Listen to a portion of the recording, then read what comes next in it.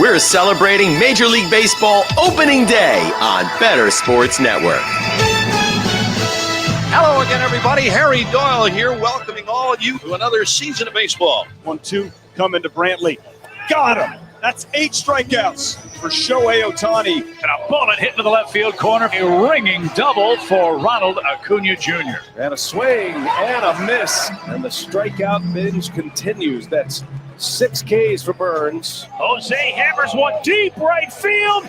Grand slam, Ramirez. There you go. It's time to play ball.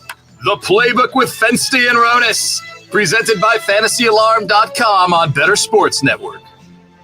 The Playbook is live here on Bettor Sports Network. Happy opening day, everybody. My name is Justin Fensterman, along with Adam Ronis, both in our New York Mets gear. And that is because today is the first day of regular season action for Major League Baseball. Ron, are you excited about this?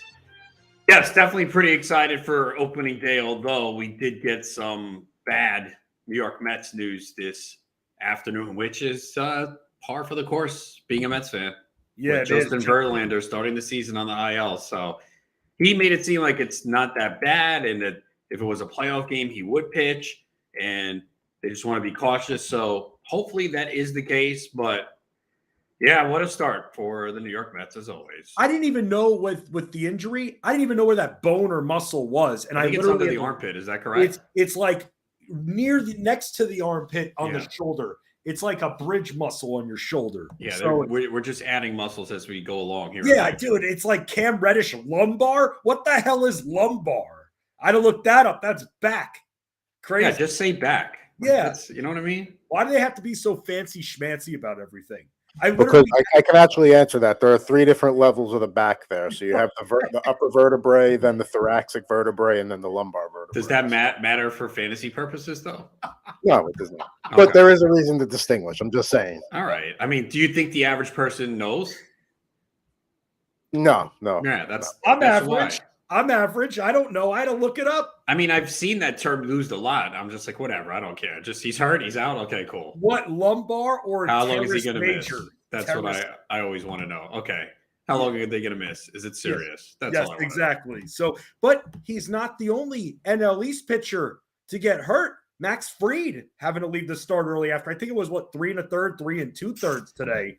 So he's, I guess, dealing with a lower body injury now. Hamstring for Max Fried. I do not have him in fantasy this year, and I like him a lot. I had him a lot last year. I think there's a potential for an increase in strikeouts. That's really kind of what kept him out of the elite. You know, he was a guy going in the 4th, 5th round on a good team, going to give you innings. But yeah, 3 1/3 innings, 4 hits, a run, 2 Ks. One of those hits should have been caught. It was first batter of the game. Albies went back, called for the ball, then let it go, drop. I don't know if he heard the center fielder calling him off or he lost it in the sun. That one for a hit, it shouldn't have been. But yeah, so not good news. I mean, the Braves already – look, the injuries are just piling up already. It's like every team now. The Braves are ready with Kyle Wright starting the season on the IL. Soroka wasn't ready yet. Now we'll see what happens with Fried. Obviously, the Mets with Diaz, Quintana, and now Verlander. So, and then Ryan Pepio of the Dodgers today got an oblique. You know, he was going to be in the rotation. So you got to make these adjustments here, get these guys out of your lineups. For weekly leagues, if you're in one that locks the first pitch, you still have a few games that have yet to start, 5 more games today. So, yeah, opening day, you got to be really paying close attention to your lineups. I know I have to take Hensley out of my lineup now for the Astros. He's not in the lineup. So the way the NFBC does it is because it's Thursday, you could change your offensive tomorrow because they're Monday through Thursday and then Friday through Sunday for the bats. Pitching is locked in at first pitch. So, you kind of got a free day. Like whoever's in the lineup today, put them in. If they're out, put them on the bench, and then you can make the change tomorrow for the weekend series.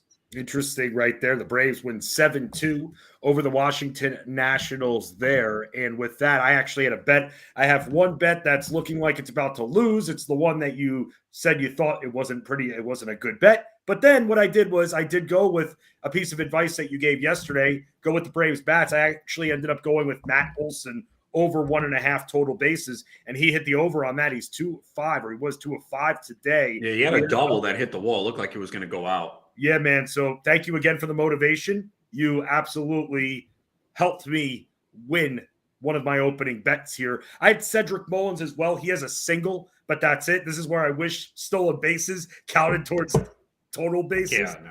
But they don't. But he has 2 stolen bases today, but they do not count. But Baltimore, you see what Baltimore's doing to Boston here? 10 runs for the O's today. Top of the night. They're a sneaky offense. They're pretty good. I mean, Adley Rutschman, who I didn't get anywhere, my goodness, 4 for 4 with 4 RBIs and a home run, hitting second in the lineup today. So big game for Rutschman. 13 hits. The lead is down to 10-7, though. It's 10-7 in the top of the ninth. So my guess is we'll see Felix Bautista in for the save situation. Orioles running wild today. Frazier has a stolen base. Julio Mateo has 2 steals. I was a little worried about him because I thought he might lose playing time. He is hitting at the bottom order, hitting ninth. His defense they like, but he's not a great hitter, but he can run. And Cedric Mullins with 2 stolen bases as well. So the one thing I noticed early on too, I was watching the Braves game, and Corbin threw over to first base twice. Acuna immediately took off on the next pitch. It was fouled off by Olsen, and then the next pitch, Acuna took off again and stole the base. So that is something that I noticed that you're probably going to see a lot of once they make those 2 throws over. I mean, these guys know, hey, can take advantage of this or run. Right, exactly. That's it. That's the impact of the new rules here. What a little strikeout duel that we had between the Yankees and the Giants earlier.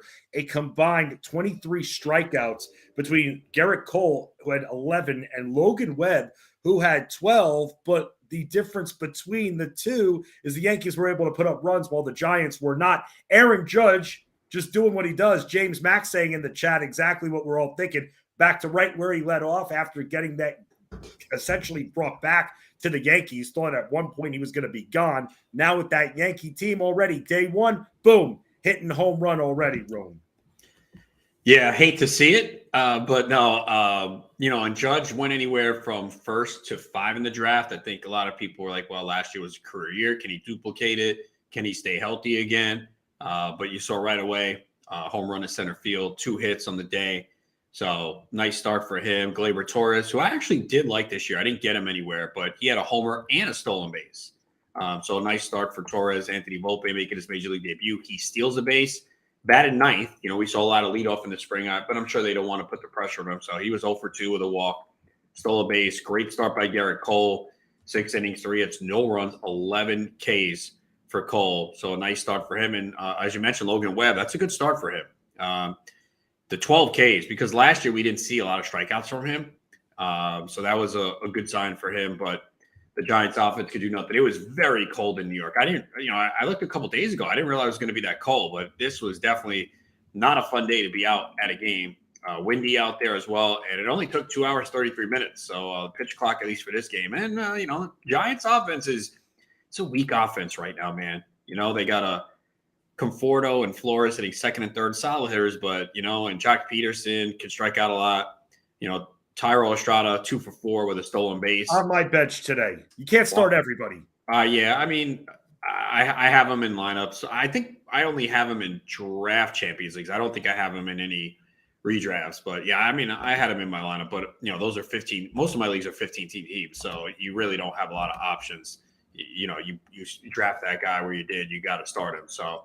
And then Jacob deGrom's getting hit today. Yeah, man. Every time I look up, it seems like the Phillies are doing something else. It's like 4-0 game right now. With deGrom, he does have 6 strikeouts, but seven. But 7. 6 hits, 4 runs, and we know he's not going to go deep. He's at 70 pitches. Maybe this is the last inning. Aaron Nola, who was my pick for NL Cy Young, 3 scoreless innings, 4 strikeouts, 41 pitches. He's always been really good. I think this is his year. And another guy too. We put out predictions on Fantasy Alarm, and they asked you for your must-have guy in fantasy, and you'll never guess who my guy is. Esteury Ruiz. No. Alec Bohm, who homered today for the Phillies. He's 2 for 2. This guy, he was my target at third base. Unfortunately, in my home auction league, I was just about to curse, these ass clowns – these ass clowns probably saw that or knew or seen my drafts and bid him up, and I had to bow out. But I have him in TGFBI. I have him in the NFBC main event. I have him in quite a few leagues. He elevated his launch angle. He had a really good spring, so I think the power is going to be there. He had a good year last year, batted 280. Good ballpark, good lineup. So I really like Alec Bohm this year at third base. You gave me him. I have him on that team where I have Estrada on the bench. I have Bohm as one of my utilities there. Yeah, he's hitting 7 today. I'd like to see him move up. Maybe he can get over Bryson Stott. And I did like Stott too. Not a target, but I did get him in a couple leagues. But yeah, I really like Alec Bohm this year. So I do have him in quite a few leagues. So nice to see him get off to that start with a home run. And Nola's rolling right now. So, and got a nice pitcher's duel too in the Minnesota, Kansas City. Pablo Lopez, who I have a lot of this year. And he is cruising along. He's now thrown 4 scoreless innings, 1 hit, 6 strikeouts for Pablo Lopez. Why'd the Marlins get rid of him? I don't know. It didn't make sense to me. They actually have good pitching. They really need bats, but to get Luis Ariz for him, I didn't like that deal. I'll turn it. Yes, double play, Mets. That's how it is, bro. Hey, man, we're watching games. But yeah, I've always loved Pablo Lopez. I was a little worried last year, had some shoulder issues, but man, seeing him in the WBC and that velocity was up, I thought it could feel really good. I have quite a few shares of Pablo Lopez this year. He was solid last year. He had that one horrendous start against the Mets, which really inflated his ERA. It was like, I don't know, 7-8 runs in like a third or 2/3 of an inning. But he had a pretty good year last year. So I like him in Minnesota. So I got quite a few shares of him. And on the other side, Zach Greinke's pitching well. I don't have any of him. Just don't trust him. So that's a nice battle there. But yeah, it's good to have baseball back. Yeah, for sure. Shane McClanahan having a nice day so far. Oh, Wander Franco just homered. Look at that. Ooh. Wow. I doubted him this year, man. But, health concerns or another reason? No. We haven't seen it. Like he hasn't shown elite power or speed. I know he's a highly touted prospect, but we haven't seen it. So I was lower on him. I don't have him anywhere. So it's actually good to see him in the lineup. Shane McClanahan was my pick for AL Cy Young as well. And did take him with Howard Bender. We're on the same page. We took him in the futures draft to win Cy Young. So I like him. Good start for him today. 6 scoreless, 4 hits, 6 strikeouts. I have him in the NFBC main event. I paid up for him in my home league auction. And Jose Siri with a home run. He's a guy I drafted late too. Have him in a couple leagues. Hitting 9th. He's got a little speed. He strikes out a ton. That's the one concern. But in there today against the left-hander, Eduardo Rodriguez on. So I'm interested to see what they do with him. The other days, not someone you have to have, but just in a deep league, picked him up. But yeah, nice start for the Rays here. Damn, that blew a save opportunity up. Damn it. I was hoping to get a Pete Fairbanks save. No, that's probably not going to happen. Damn. That's the one thing that sucks, man. Like when you have a 3-run game and you're like, all right, my closer's coming in and they make it 4 and you're like, damn it, man. Right. It's the worst. Home runs so far from Ramon Urias. O'Neal Cruz has a home run as well today, as it is 1-1 in the bottom of the 3rd inning between the Pirates and the Reds. You mentioned Rutschman. You mentioned Gleyber. By the way, Rutschman, 5 for 5. Yeah. He got a hit when we were talking about him. Yeah. Damn. It's 4 RBIs for the guy today. Dude, we saw people pay up, especially in industry drafts, for Rutschman, and then another one of the top 5, top 7 catchers in 2 catcher leagues at times here. Adley Rutschman, man, that's why one of the things I did bet, you mentioned that FSGA prop bets and futures draft, I bet the Orioles over 77.5 wins for the year. Not only did I bet that there, but on DraftKings Sportsbook, I bet the over on 76.5 wins. So it actually had gone down in between when we had our draft last Friday and then Monday when I bet it. So what do you think about that play, man? I feel like they won over 80 games last year. They're going to be better. The schedule for them is not as daunting, not having to face the AL East opponents as much. What do you think of that line, 77.5 or 76.5? Yeah, it's solid. I think a lot of it is the division, not playing as much in the division. I'm still not sold on their pitching. That's the concern, but I do think their offense has improved. I kind of like what they've done. So, yeah, I if I had to pick, I would see them going over there. I think they are definitely – they could be fourth best team in the division. I mean, they're not better than the Yankees, Blue Jays, and Rays. They're just A not. tough division, bro. They could be better than the Red Sox. Red Sox best division in baseball, AL East. Probably, yeah. I mean, I think the NL East, you can't say it because of Washington. Washington's just really bad. Right. But Braves, Phillies, Mets, all good, and the Marlins are solid. So yeah, that would be my concern there. But yeah, probably top to bottom. I think so. Yeah, I would say so. Your boy Bohm, another run scored for him. Marsh, an RBI double here as Jacob deGrom is out of the game after just 3 2/3 innings pitched, 7 strikeouts, but 5 earned runs for the guy. No walks, but giving up a lot of those runs. I mean, very quickly, man. I mean, as a Mets fan, we haven't talked about deGrom, but in general, you never like to see someone who's as dominant as him leave the team. But those health concerns, even in the spring, were still there. I mean, I know it's now been one bad start for him to start the year, but even throughout the offseason, were you sad as a Mets fan that they didn't retain him? Yes, but I understand why they didn't. You couldn't pay him what he got. Like, it just doesn't make sense for a guy that has not been able to stay on the field the last few years. You just can't pay all that money. So I understood why they let him go, but yeah, it was disappointing. I'm not rooting for him to fail either. I actually have him on one team. It was a draft Champions League where I got him in round 3. So I said at that point, I'll take the shot. So I do need him to perform well. But it is one start. He didn't really throw much this spring. Phillies are a pretty good lineup, so I wouldn't read into this too much. And I need Felix Bautista to get this save. I'm watching this for you. I got it on local here, man. He just got a strikeout. Okay, good. But there's runners on second and third now. I know. With Justin Turner at the plate. I think I only have Bautista, in one league. It's Tout, though. So, yeah, I think that's the only league I got Bautista in. I thought you were kind of high on him. I wouldn't say I was high on him. Again, that's that tier of closers where he's in that top half. Sure. Or the top tier that I like, that I wanted to get a piece of.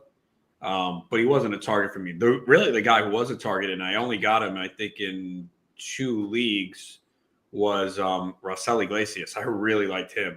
And obviously he's hurt to begin the year. But I think my closer exposure is kind of spread out. I actually think I have to check, but I think Hader might be the guy I have the most. I know I have him in a few leagues. I have Ryan Helsley. I have Bautista. I have Romano in a league or 2. I tried to get one of those guys. I have Clase in at least 2. I know I got Clase in labor. So I try to get one of those top 7, 8 guys and then kind of just piece it together. So Bautista I only have in 1. And he was falling in the earlier ones because they didn't know if he'd be ready for the start of the season. He was dealing with like a knee and a shoulder. He was a little bit behind.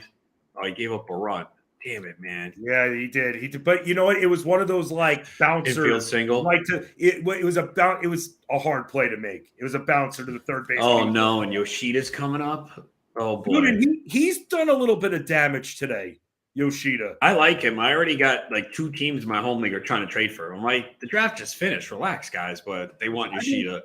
And I did get. You do have to wonder, though. You do have to wonder. I mean, as great of an eye as he had for pitching out in Japan, you still have to wonder about the adjustment to different pitching here from him. As good as he is and as disciplined. Yeah, but he wasn't. He was a double-digit round pick, man. So right. I took this chance on him. I got him in my home league, and I think I took him in the NFBC main event too. So I hope he succeeds. The Rays are bringing in Pete Fairbanks for the 9th, even though it's not a save situation. He was probably warming up, I'm assuming, when they had the 3-0 lead. So they're just going to bring him in. Again, I think he gets most of the saves there for the Rays. So, you got to keep me posted on what happens here. I am. I'm watching the at bat. I need a double play, bro. Batista's trying to go. I'm telling you, Batista's trying to pitch him a little high in the strike zone right now. So he's going to be looking for – there were 2 on right now, a 10-8 game. I need a double play. As much as I like Yoshida, you want to get the save opportunity when you can from your closer. Just a bit outside for 1-1 for Felix Bautista.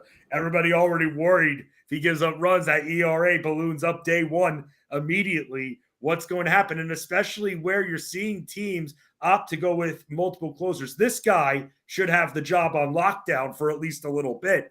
and that was in so low, a little low. I thought maybe you get the corner, get a strike there, but 2-1 right now to Yoshida. Yeah, man. I'm about to be in with a guy who's got as good plate discipline as he does. Watching your closes is like the worst thing in the world because it's for real. Like people always say in fantasy, like just don't watch your closer because it drives you nuts. Man. 3-1, man. Now he's trying to pitch him low and he's missing the strike zone.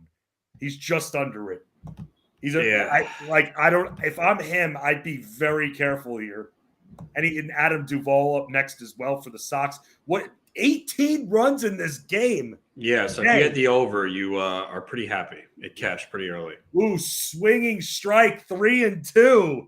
That one was up there and outside, up and out, and Yoshida swung at that. So here we go, Ro. Wow, look, Scherzer's only at 56 pitches in the fifth. Is he still at 4 strikeouts? That's what I saw him at last time. Yeah, he got two fly balls here to start the fifth. So yeah, ground ball from Yoshida. There's one, and oh no, the ball, a bad throw from second base, and another run scores. What? Yeah, dude. So it's an error, right? It should be an error. Yes. If it's an error, that run is unearned. Yes. Would it have been a double play with a clean throw? Dude, it sank the ball when the second baseman threw it, and then it bounced off the first baseman's wrist. Would the runner have been out with a good throw? I think so. Yes, I think so. I mean, you can't assume a double play. That's the problem. So yeah. Oh, dude. Yeah, he would have been out. He would have been out big time. Okay. So then the good thing about that is the run is unearned. Yeah. So 10. But now he needs to get the next out. Third. With Adam Duvall at the plate. What do you do? I mean, seriously, what do you do here with him? I forgot who's up right after him. I mean, do you walk him? You close down first? Nah, I don't think so. Let me see. After Duvall is Kotsis, who's a lefty. So no, you can't. And you got to pitch to Duvall. I mean, Duvall's a guy that can strike out a lot. I love seeing the pitch clock just start to appear, man. It makes me feel like the Royal Rumble and someone else is coming out. Was it Mateo who made the throw from short? He was a shortstop, right? Yes. And then so they did give him an error. They're showing the run is earned right now, but it should not be.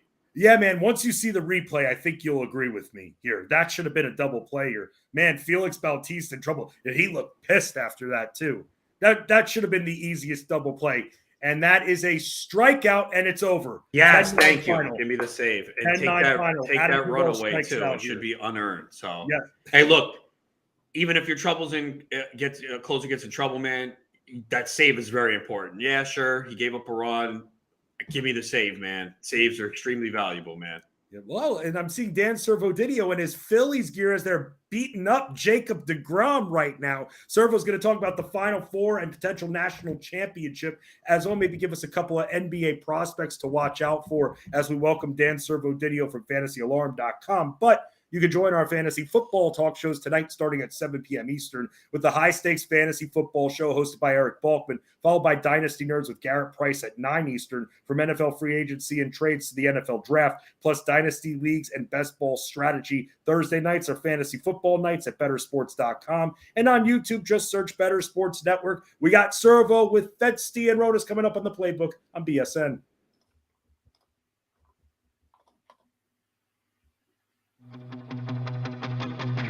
Talk sports with Lisa Ann and Rick Kamla Wednesdays at 7 p.m. Eastern, exclusively on Better Sports Network. Let me say something about Tiger. Tiger has had to redesign his entire swing. Tiger has a difference in the length of his legs because of that horrible accident. In golf, there's no hey, you can't walk the greens. You have to take a cart. So I assumed by day 3 on Sunday, the inflammation would start. He took a couple breaks where they take care of his back a little bit, but it is fascinating watching him. So it gave me this thought, is he that skilled at golf? Or is this a mental thing of dedication and determination? He is so dedicated to the sport that no matter what, he's relentless to it. And the dedication and determination goes to the golf, the swing, the playing, the walking, but it goes to his overall health. The average person who doesn't stay in great shape, gets in an accident like that, goes through multiple surgeries, is not recovering and going out there to walk.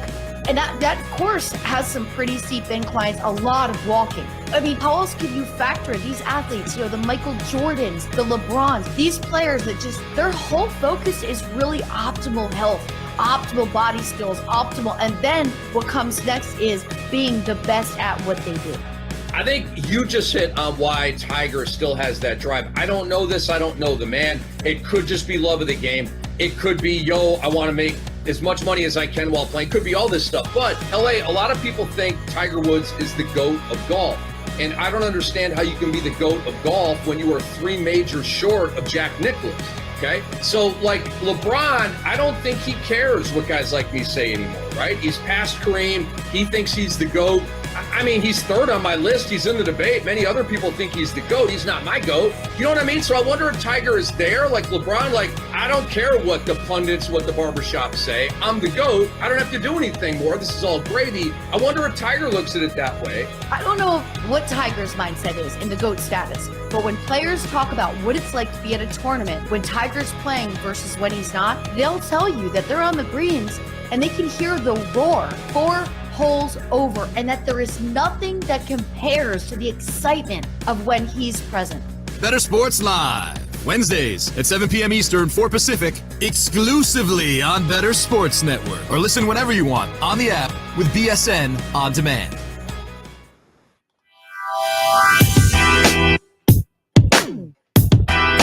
on the line. Forrest. Cash right through the heart. 3-point game. Kansas State now needs a 3 to tie it. Clock ticks. Noel dribbles. He's looking for someone. Masood got to put it up. And that's it! The Owls of Florida Atlantic. They are headed to the Final Four. However you're invested in sports, from betting to fantasy, collectibles, and more, join our community on Better Sports Network. At one point in time, Adam Ronis used to cover Florida Atlantic. I used to date girls at Florida Atlantic at one time back in the dinosaur era. No, that actually did happen. Hung around a lot in South Florida. Lynn University, Florida Atlantic. I was there. FIU. I was there in 2005. There's FIU. 2006. Yes, plural. Okay, you guys aren't surprised. I've got the gift of gab. That's half the battle right there. Somebody else. Servo's not buying it. No, you can see it. He's like, forever. wow, this guy is full of crap. Dan Servodidio, what's going on, man, from fantasyalarm.com. You've worked with me, I'd say, if I had to guess, about 8 years at this point. You think I'm full of crap? Never offense to you. You're always telling the truth. I know that didn't sound serious right there. Oh, someone in the chat room was not a fan of your attire. Wow. Red Rum in chat does not like the Phillies gear. I like it, though, because it's opening day, Servo, and your Phillies, they were beating up on Jacob deGrom before, and then I saw a little meeting of the minds at the mound with Aaron Nola, who's in a little bit of trouble. We got, bases juice now against the Rangers in the bottom 4. But, Servo, stop distracting us with your gear, because that's not why we brought you on. We brought you on to talk March Madness. We brought you on to talk about who's going to be in that national championship and who's going to win it. So I got to ask you, man, first, with the tournament overall, I think we asked you this last time, thinking about all the games that you watched, which was your favorite, or which were your 2 favorite games that stand out among all the games that you got to watch in the tournament when it comes to excitement? Yeah, well, first off, it's opening day, so I got to rock the Phillies gear. So I'm sorry everybody's upset, and I'm allowed to be happy right now because we're up and we knocked DeGrom out of the game, so we're good right now. This has been an awesome tournament. I mean, I got to go back to one of my favorite games has been the Fairleigh Dickinson win over Purdue in the first round. I mean, anytime this is only the second time we've ever gotten a 16 seed to beat a 1 seed, and Fairleigh Dickinson, like, it wasn't a fluke. Like they really handled and frustrated Purdue there and really exposed Purdue of being like too reliant on Zach Edey. And when he's not really doing his thing, they just lacked other options. And it's going to be one of those things I'm going to look for next year with Purdue to see what their roster looks like, what their guard play around Edey is like. And, going into next year's tournament, this could happen again. So it'll be interesting there. And then the other game was, the Gonzaga UCLA game was one I had circled from Sweet 16. Was an awesome game to watch. But the FAU Kansas State game that we just saw in the Elite 8 was an awesome game. Could have gone either way. Unfortunately, Marquise Noel didn't really get a shot at the end there in the Garden to send it to overtime possibly. But it was an awesome game back and forth. And yeah, you guys mentioned it. Florida Atlantic is in the Final Four here, so it's just insane to even say that. And hats off to them. It's awesome. Yeah, it's definitely insane that FAU is in the Final Four. They're a 3-point underdog against San Diego State. Who do you think will win? And do you have any bets that you like from this game? This is interesting line movement, honestly. They were 1.5-point underdogs earlier this week, and it looks like some money's coming in on San Diego State. And I'm really interested to see where this line moves Saturday before the game. If we get more money on San Diego State, or if people are buying this underdogs back here, and it moves back towards 1.5, maybe even a pick 'em. So I'll be keeping my eye on that. Maybe I'm a little naive to what this movement is saying towards San Diego State, but I'm back in the Owls here. I'm back in Florida Atlantic. And the big thing for me is that the 3-point matchup here, and that's the 3-point offense for Florida Atlantic compared to and going against San Diego State's really stellar elite 3-point defense. That's going to be the difference in this game.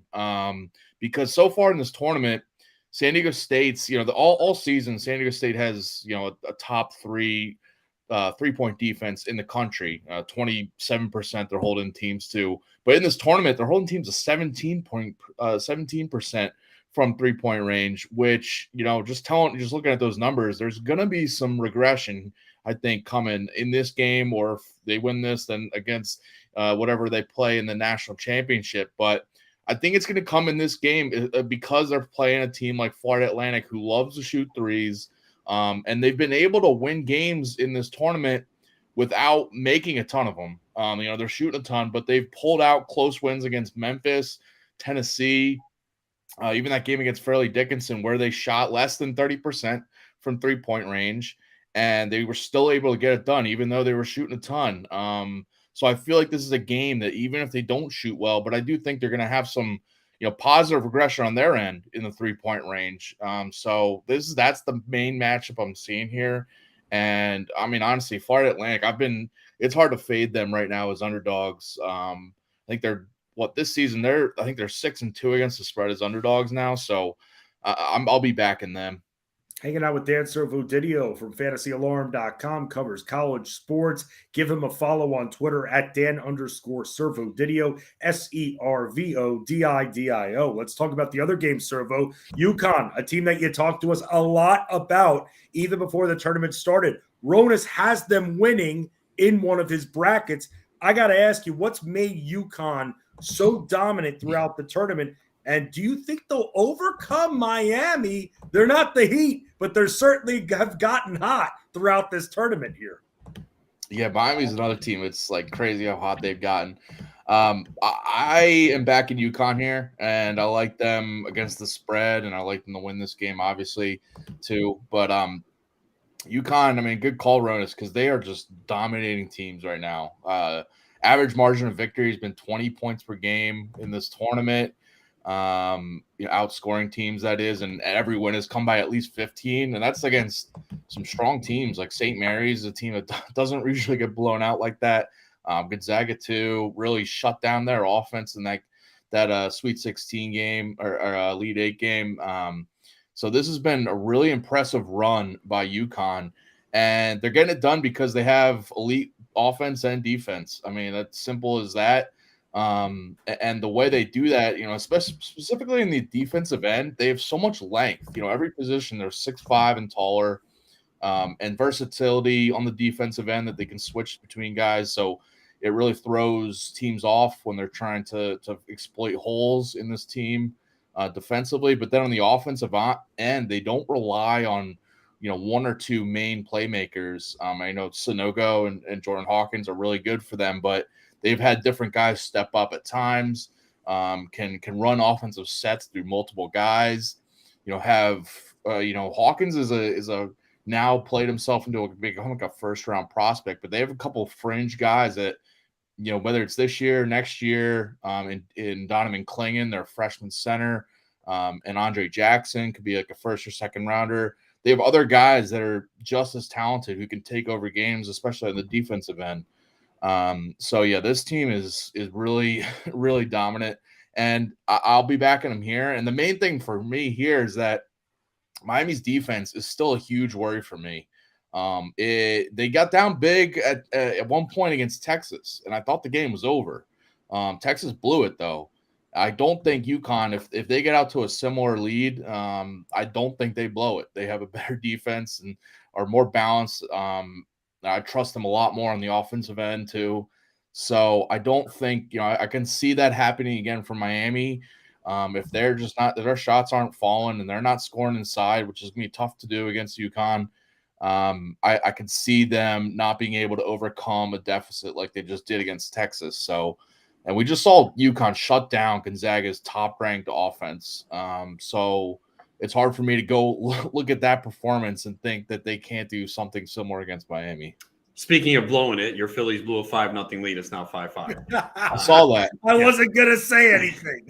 I had it on the corner of my eye here. You should have taken the damn Robbie Grossman of all people. In case we can't have you on Monday, who do you think wins the championship? I'm going UConn here. I do like them.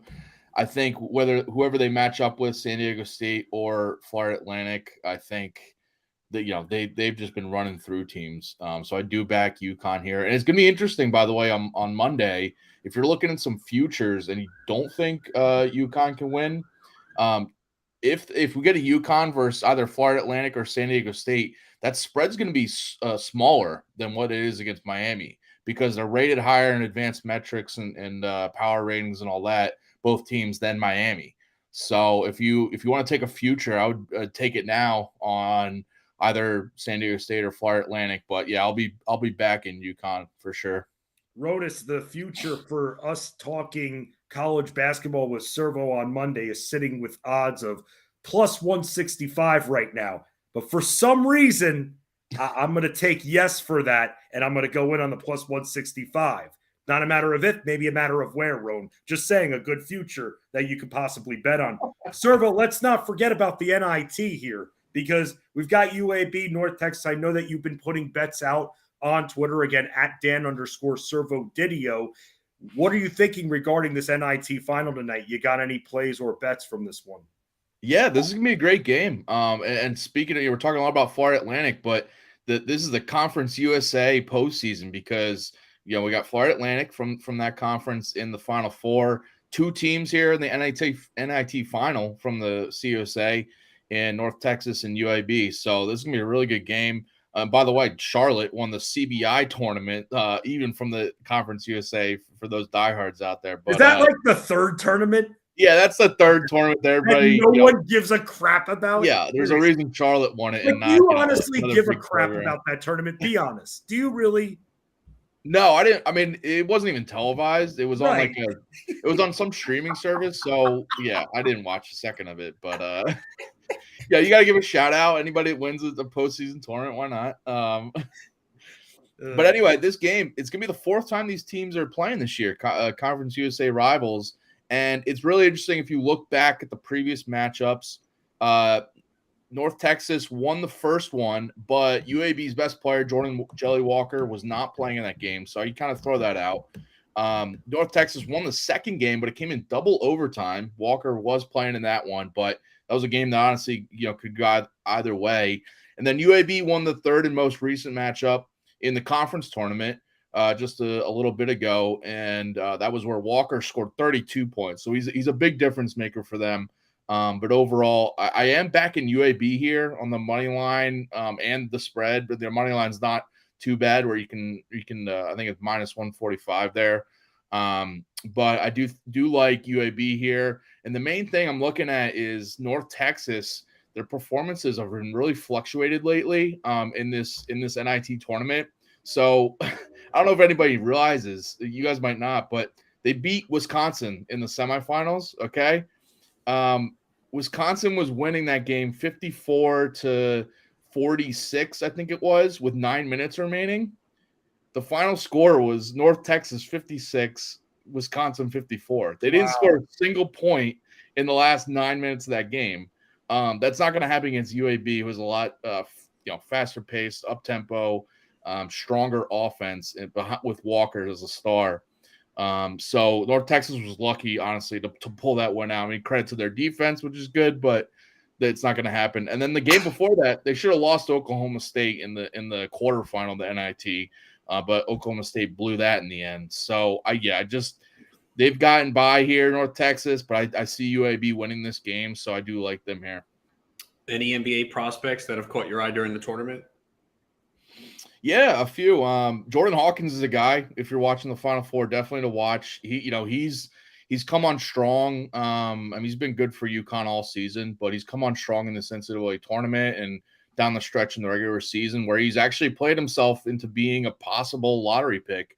Undersized, really thin guard, but he shot 38% from three this year, and is just a versatile scorer on that end. So he's a guy that is intriguing some scouts I've read. So he's a guy to watch. A couple of guys that have really played themselves well is Anthony Black. He's going to be a surefire like top 10 pick, I think, for Arkansas. He's a 6'7" point guard who's really got some versatility. Yeah, I agree. I love Black. Game. What's that? I love Black. Yeah, he's like really fun to watch on the offensive side. But so he's a guy, and then Julian Strother and Colby Jones have been strong end of regular season and postseason runs. They've played themselves into possible first round territory. So those are veteran I think juniors that can step into a playoff team right now. Talking with Dan Servo-Didio, who covers college sports for FantasyAlarm.com. Final question, Servo. Bacot actually staying at UNC shocked me a little bit. I thought that maybe he was going to go at least in the lottery, if not the top 10 picks in the NBA draft here. And tell me if I'm wrong, but I believe UNC is the first team to be ranked number one going into the season and then don't make the tournament since 1985 or something like that. Does Bacot staying at UNC, does that make them a contender immediately, you think, going into next year? Yeah, I think, I forget what year it was, but they were preseason number one team in the AP poll to not make the tournament. It's just one of those things that just doesn't happen. I mean, I think Bacot coming back is big, but I also think RJ Davis being back for them is also big for them. He's now the lead guard, and Bacot and Davis together is a really good combo. But the other thing here that's really notable is Caleb Love. I remember we talked about with you, Feinstein, and Ronas was on too, I think, what was wrong with UNC going in, and were they going to not make the tournament? And I was talking about Caleb Love being a slight problem here. He took way too many shots this year for them and really kind of offset the balance of the offense. But he's transferring away, so he's gone from the team. But Davis and Bacot are back, so I think that's key for UNC to just focus their offensive around those two guys. And it'll be interesting to see. I think it's a little too early to tell on UNC because they lost a ton of guys from last year. Bacot and Davis are back for them, but they're going to replace a few key guys. Leaky Black being their best defender. And Pete Nance too, but they're going to replace some guys in the transfer portal. So I'm going to be interested to see which transfers they bring in. They do have a 5-star point guard prospect coming in from high school. So that's huge for them. He's going to replace Caleb Love in that backcourt. But Bacot and Davis is back. I do think UNC is going to be, definitely a tournament team next year, but I do think they have a chance to be a title contender depending on which pieces around Bacot and Davis they get. Servo, I'm sure this interview was a nice distraction from your Philadelphia Phillies, who are now down 6-5 in the game. So we'll have you on. Shame. Yeah, we'll have you on again soon as well, so that we can further distract you when your team gives up 5-0 leads. But thank you so much for stopping by. I feel like I just went into a void. Like when I started this interview, we were winning 5-0, and then I look up and I'm like, wait, what happened? I can see Ronas, who's turning his head and nodding his head. And every time I see Ronas nodding his head, I see somebody else coming around the bases. No, I was cheering for the Mets. I was watching the Mets. Jeff McNeil with RBI single. Although they gave McNeil a strike because Pete Alonso took too long to get back to first base. I mean, they got to sort this stuff out early. Whoa, here we go. New rules. But Servo, thank you so much for stopping by, man. Thank you, guys. Yes, he looks like Kyle Schwarber, but he's got a great mind for college sports. He's Dan Servo-Didio. Attention, Bettor fans, you can have the Bettor Sports Network newsletter emailed to you every day. The only place to get our daily Bettor Bet plus exclusive offers, program alerts, and special events, and even our top moments. Register for free right now at bettorsports.com. Matt Sell's going to stop by, per the usual, talk a little NASCAR coming up on the Playbook on BSN. The Playbook with Fensty and Ronis, presented by FantasyAlarm.com.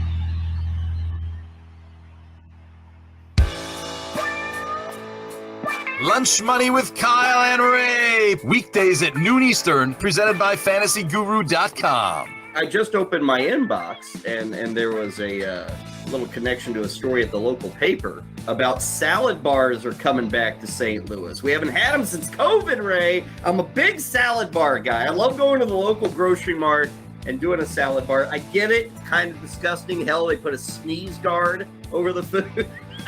What is this? Some kind of force field around these vegetables? That's the sneeze guard. You have to lean under it to get salad or sneeze on stuff. But all these disappeared. Ray, I used to use the salad bar probably at least 2 times a week for lunch. And I would just load up because I didn't have to cut anything. And I didn't have to buy like a whole cucumber, just have a little bit of cucumber in my salad. I'm a big salad bar guy, but these things have been gone for 3 years. And I think I'm going to get back into the salad bar game, baby. I used to love buffets and salad bars and all that kind of stuff. And I haven't been to one since COVID. I'll tell the story quickly. My nephew, who at the time, I want to say was 5, we were on a little trip, and we went to, it was a brunch and everything like that. They had ice cream. So my nephew doesn't know any better because he's 5. Puts his spoon in the ice cream, which is cool, right? He's going to spoon it out, fine. But he doesn't spoon it out into his bowl. He spoons it into his mouth and then sticks it back in the ice cream. And I'm like, so we had to talk to the manager. I had to get him to pull the ice. And I started thinking to myself, you look around, people are, yeah, I don't think that 5-year-old germs wasn't going to hurt anybody. No, but you know what I mean. Then you look at this old person and they're grabbing this. It's just when you start thinking about it, I have a real struggle at this point with it now because I've thought about it, but I used to love going to them previously. Well, and everybody's using the tongs there. Everybody's touching those. God knows where those hands have been. Yeah. Here's the thing. I've yet to see anybody actually sneeze under the sneeze guard.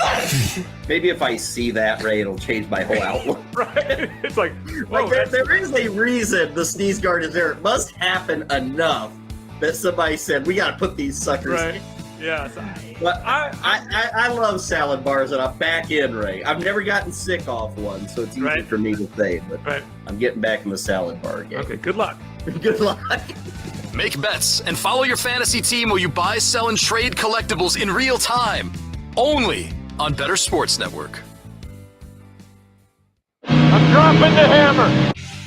The Playbook is making a pit stop in the world of NASCAR and looking ahead to this week's race with Fantasy Alarm's Matt Sells. I'm the best there is, plain and simple. I mean, I wake up in the morning, I piss excellence. I'm just a big, hairy American winning machine. Now back to Bettor Sports Network's own version of Shake it back! Justin Fensterman and Adam Ronis.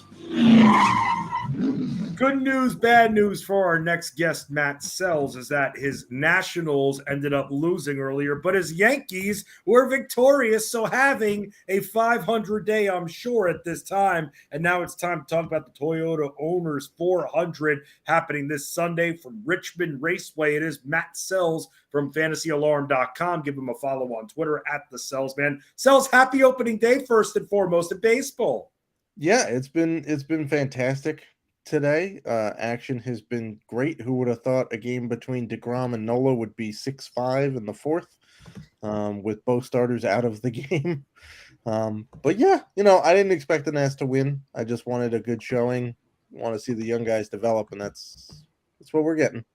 Matt Sells also hosts the Family Times podcast with me and Ryan Hallam on FantasyAlarm.com. New episode dropping over the next couple of days. We talk a lot of strategy. We have a lot of fun along the way. But Sells, why don't you tell us a little bit about Richmond Raceway and which of these drivers benefit the most from being on this track? Ronis, he loves his track detail. He does. He's going to be a little unhappy with this one. It's relatively flat, so sorry. We're starting with that one. It's flat as it's no good. No We're good. getting the bad news out of the way. It's also a high tire wear track, so it's going to be eating tires quite a bit, which is going to make for some very interesting racing over the long run here.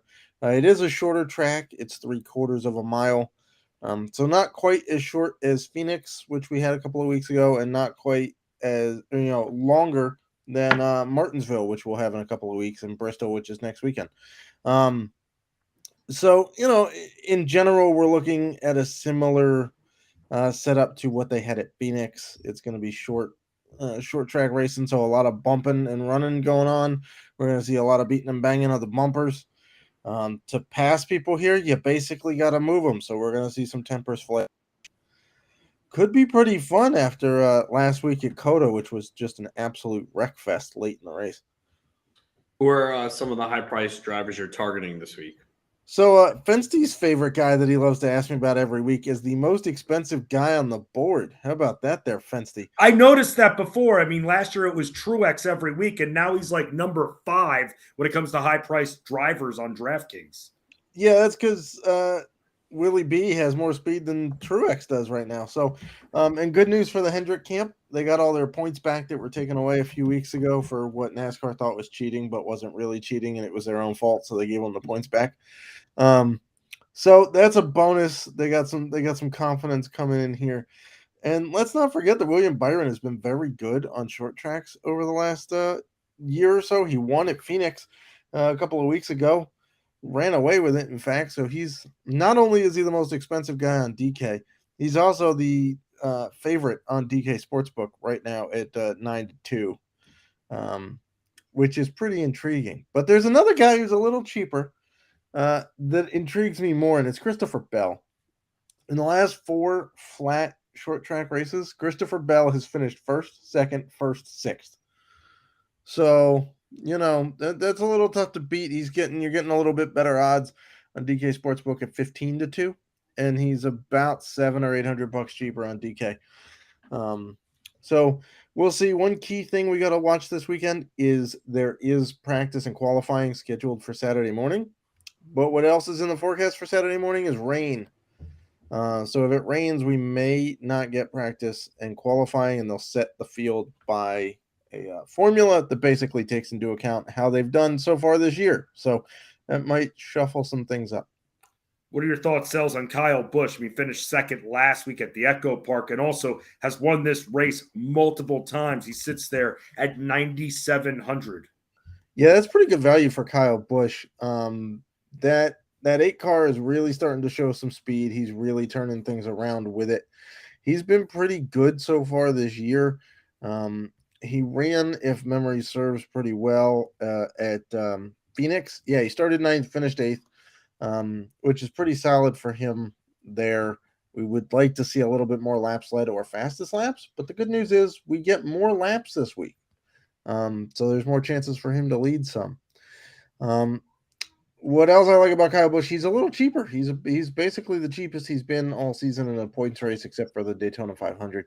So he's definitely in play. You can pair him pretty well with, say, like Christopher Bell or Denny Hamlin, whose track, this is his home track. He grew up within a stone's throw of this track. So if you want to pair some former teammates together, you could look at Christopher Bell and Kyle Busch or Denny Hamlin and Kyle Busch. Where's some of the value plays that you like? So this is where it gets tricky, and we're going to have to base it off of where some of these guys are starting. Because if some of these guys are starting too high, then they no longer become a value proposition because it's more likely that they'll drop back in the field as the race goes rather than either hold their spot or move up.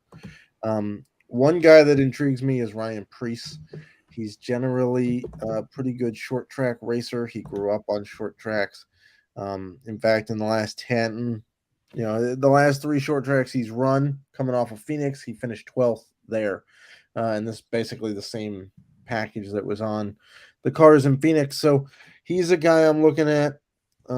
Christopher Buescher's back in play. Yes, it's not a road course. Doesn't mean we can't look at Christopher Buescher. He's not exactly cheap. He's kind of mid-tier, but he's a guy that not a lot of people are going to be paying a lot of attention to. So, you know, for any more super value plays, we're gonna have to see where these guys are starting, unfortunately. But Ryan Preece is a guy that I basically trust starting almost anywhere on a short track. Talking NASCAR with Matt Sells from fantasyalarm.com. Give him a follow on Twitter at the Sells, man. He and Dan Mellon do a great job with all your NASCAR and F1 coverage for the site. Want to go back to the higher price drivers, Sells, somebody else who has won this race before, who actually has a couple of top 3 finishes recently, is Alex Bowman. Also in the 9K plus range, but he sits at 9,200. What are your expectations for him? And based on what you've seen, is he maybe someone that we should even look to maybe bet at all? It depends on what the bet is. I'm not 100% comfortable betting him to win right now, not knowing where he's starting. If he's starting in the top 5, that certainly gives him a very nice shot to win. It's also going to shorten his odds, right? Because anybody starting that close at Richmond has a pretty good shot to win. This is a track where it's tough to pass at. You could take a shot on him at 18-1 right now, but if you're going to look in that range, I mean, I just as soon do Christopher Bell at 15-2, or I'd take a better shot at a guy like Joey Logano at 16-1 in that range. I mean, Bowman has been very good. He's been quick. The problem is he's not been quick enough to really dominate or move up all that much. He had a pretty good Phoenix race. But again, he was $8,600, started 18th, finished 9th, had one fastest lap. That's not, he didn't even really quite hit 5X on DK at $8,600. And now he's 92 because he's coming off of some better finishes. And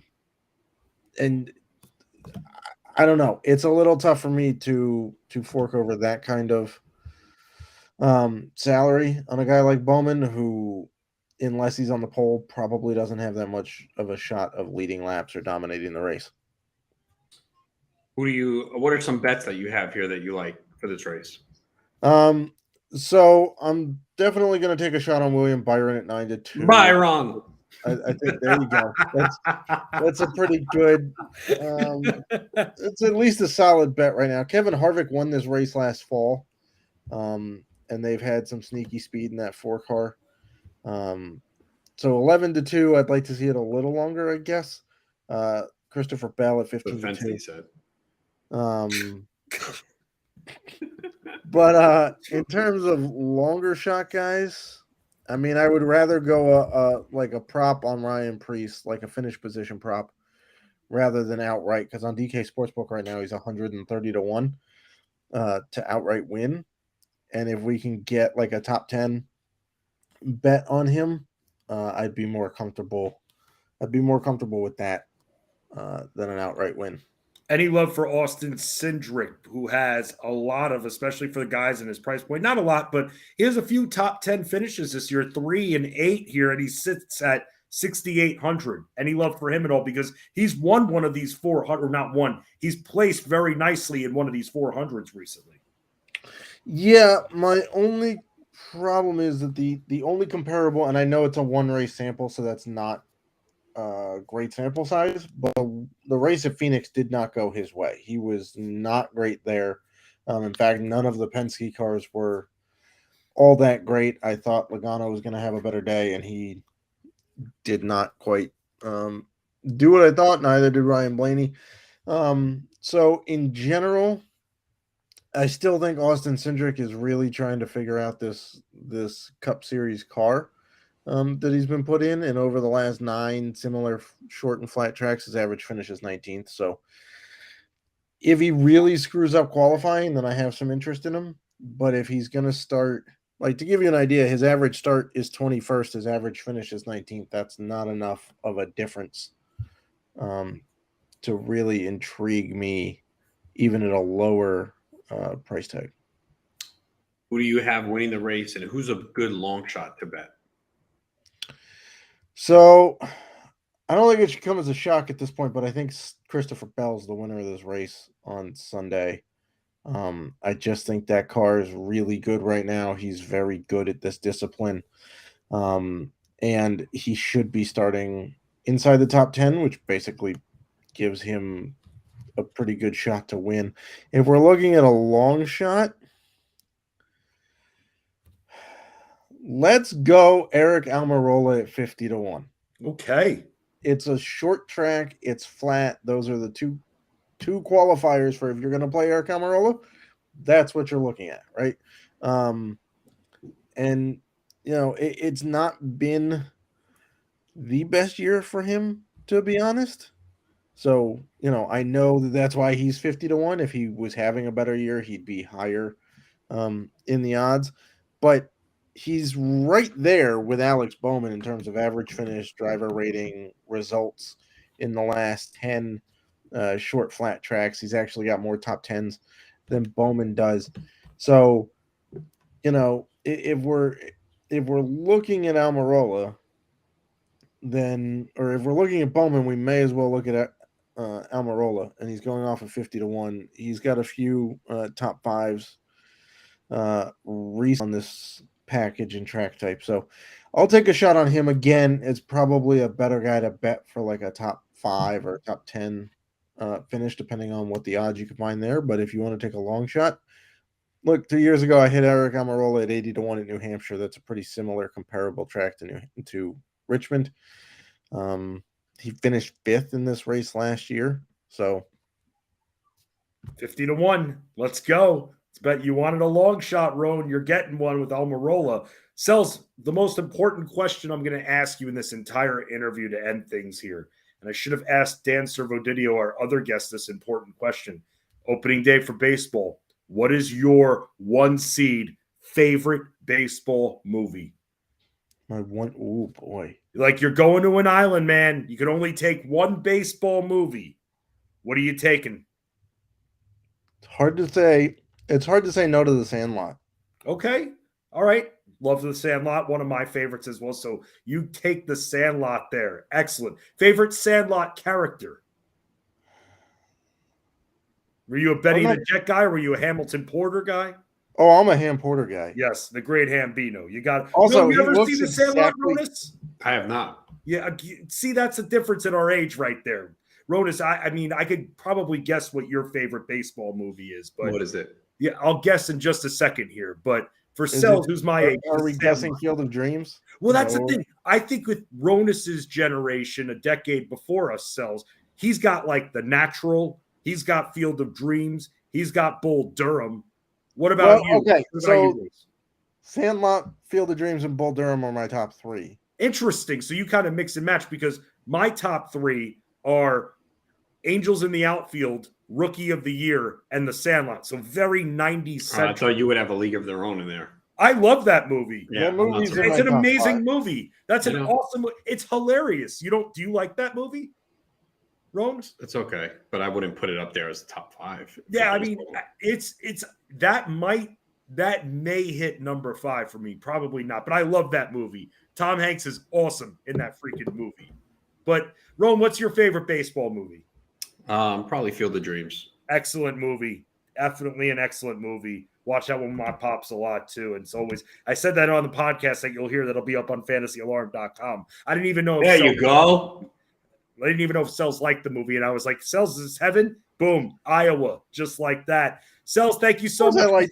Who doesn't like Field of Dreams? Dude, you got to like Field of Dreams, man. And it's better than The Natural. The Natural doesn't hold the candle to Field of Dreams. Sells, thank you so much for stopping by, man. Sure thing. Always a fun time with you guys. Yes. Ronis, what was that Mets reaction for? Tell me what's going on. They have taken a 5-3 lead after Scherzer gave back a 3-0 lead. Garrett Cooper had a 2-run homer to tie it at 3. But Brandon Nimmo looks like, I don't know if they're going to score. I think it's double the center scoring 2. Narvaez and Escobar score. So Mets up 5-3 on the Nimmo 2-run double. Also some breaking news. Daniel Bard, the closer for the Rockies, has been placed on the IL due to anxiety. Oh, really? So that's why. So he needs to relax a little bit. So is there anybody out there, or was that one of those teams where that Bard was the clear closer. I wanted no part of him. And part of the BSN preview, I had him as a bust. Wanted no part of him. He had a career year last year. And people were paying for him as like a top 12 closer. I wanted no part of him. So I guess I don't know who they're going to go with. They have Denilson Lamet. They have Brad Hand, who has closer experience. I'm not sure what they're going to do. So I think this is a situation you kind of have to see if they get a safe situation this weekend and see who they decide to go with. And either way, I wouldn't overpay. Yeah, this could be longer than 15 days if he needs. I mean, we don't know. Yeah, we just got to see. So, by the way, just in the last 30 minutes, how many more runs are going to be scored in this Phillies Rangers game? 9-6 now. Phillies, they get a run back in the 5th, but 9 runs for the Rangers here alone in the 4th inning. What a game. It's a very weird day because of the final score so far, we have 5 games final. 3 teams were shut out. Then you have a 10-9 game with the Orioles over the Red Sox. Then now you have that 9-6 game you talked about. Twins Royals only 2-0. Blue Jays Cardinals 5-5, bottom 5. Pirates Reds 4-4. Reds just tied it up. Jordan Walker did get a single up the middle in his debut. Tyler O'Neill is also homered. And Brendan Donovan was a guy that started to come on the radar late. I know Howard Bender and I spoke about him on the Cash It podcast. He's leading off today, and he's probably going to lead off against righties. He's got multiple position eligibility, and he started to hit the ball in the air a lot more in the spring. That was the one thing we didn't really see power out of him, and he's carried it over so far. So he might be available in more shallow formats. So he's a guy to add if he's out there in your league. Some of the home run hitters, I'll just list them all very quickly for those that are keeping track of their fantasy teams.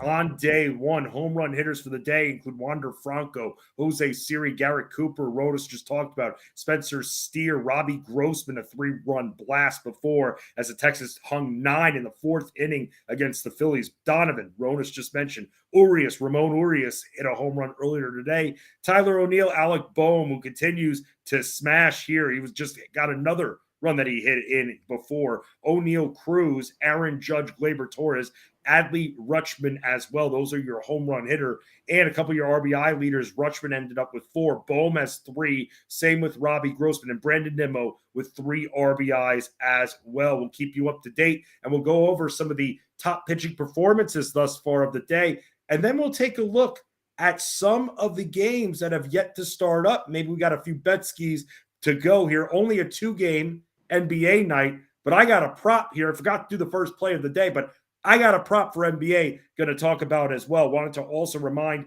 everybody out there that tonight, beginning at 7 p.m. Eastern, it's MLB opening day action on Bettorcast. Watch the Chicago White Sox and Houston Astros and compete in our live Q&A contest on the Bettor Sports Network app. Answer predictive questions about the game and have fun chatting with our community in real time. You can win authentic hand-signed items from your favorite athletes. Campus Kent will air on bettorsports.com, 7 Eastern, right there. He is Adam Rodas. I'm Justin Fensterman. This is The Playbook here on Bettor Sports Network. Today is baseball's opening day. Celebrate with us on Bettor Sports Network. Play ball! The Playbook with Fensty and Ronis, presented by FantasyAlarm.com. Weekdays at 5 Eastern. People are always very critical when it comes to fantasy baseball. I would say this, and I'm a big fantasy basketball guy. I love fantasy football. There's no fantasy sport that's even close to being as hard as baseball. The season, having to figure out, especially if you're playing weekly, which I don't like to play. Weekly with the 2 starts, having to look at the schedule and everything. I mean, you play in basketball as well. There's no fantasy sport that's harder or more involved than baseball. It takes forever. You take a whole night to do your fab on Sundays. Yeah, baseball is the most challenging, and I think that's why the popularity has gone down. People don't want to work. They don't want to put in the time. There's a lot of strategy that goes into it. You have to know the player pool. That's why I love doing these 15-team, 50-round drafts. I mean, 750, 800 players. You lower all the minor leaguers. I took Spencer Strider last year in my first draft Champions League in round 40, and that turned out to be a phenomenal pick. So it puts you on to knowing everything about every team. And yeah, it's a lot of work. So I definitely think that it's a challenge, and I just feel like people don't want to put in time and work anymore. And I'm not saying fantasy football is easy. It's not.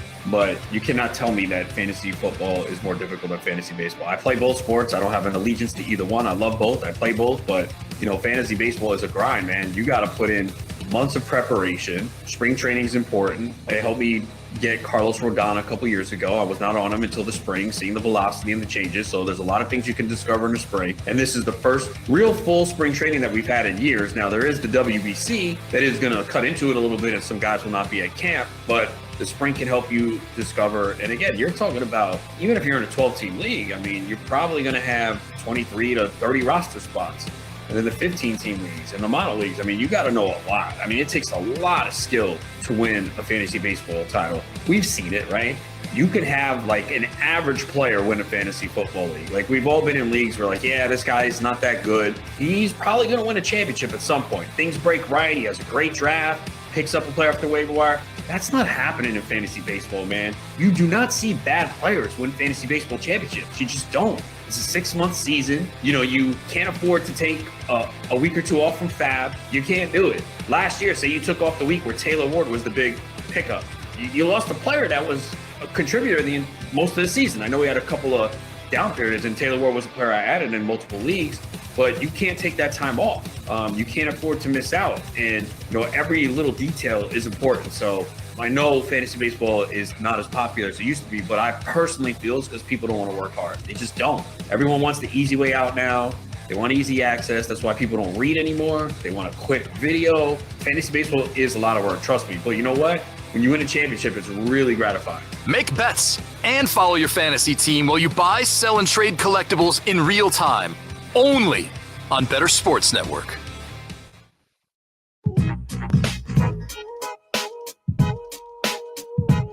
Goes the runner, fly ball down the right field line. Tucker comes on.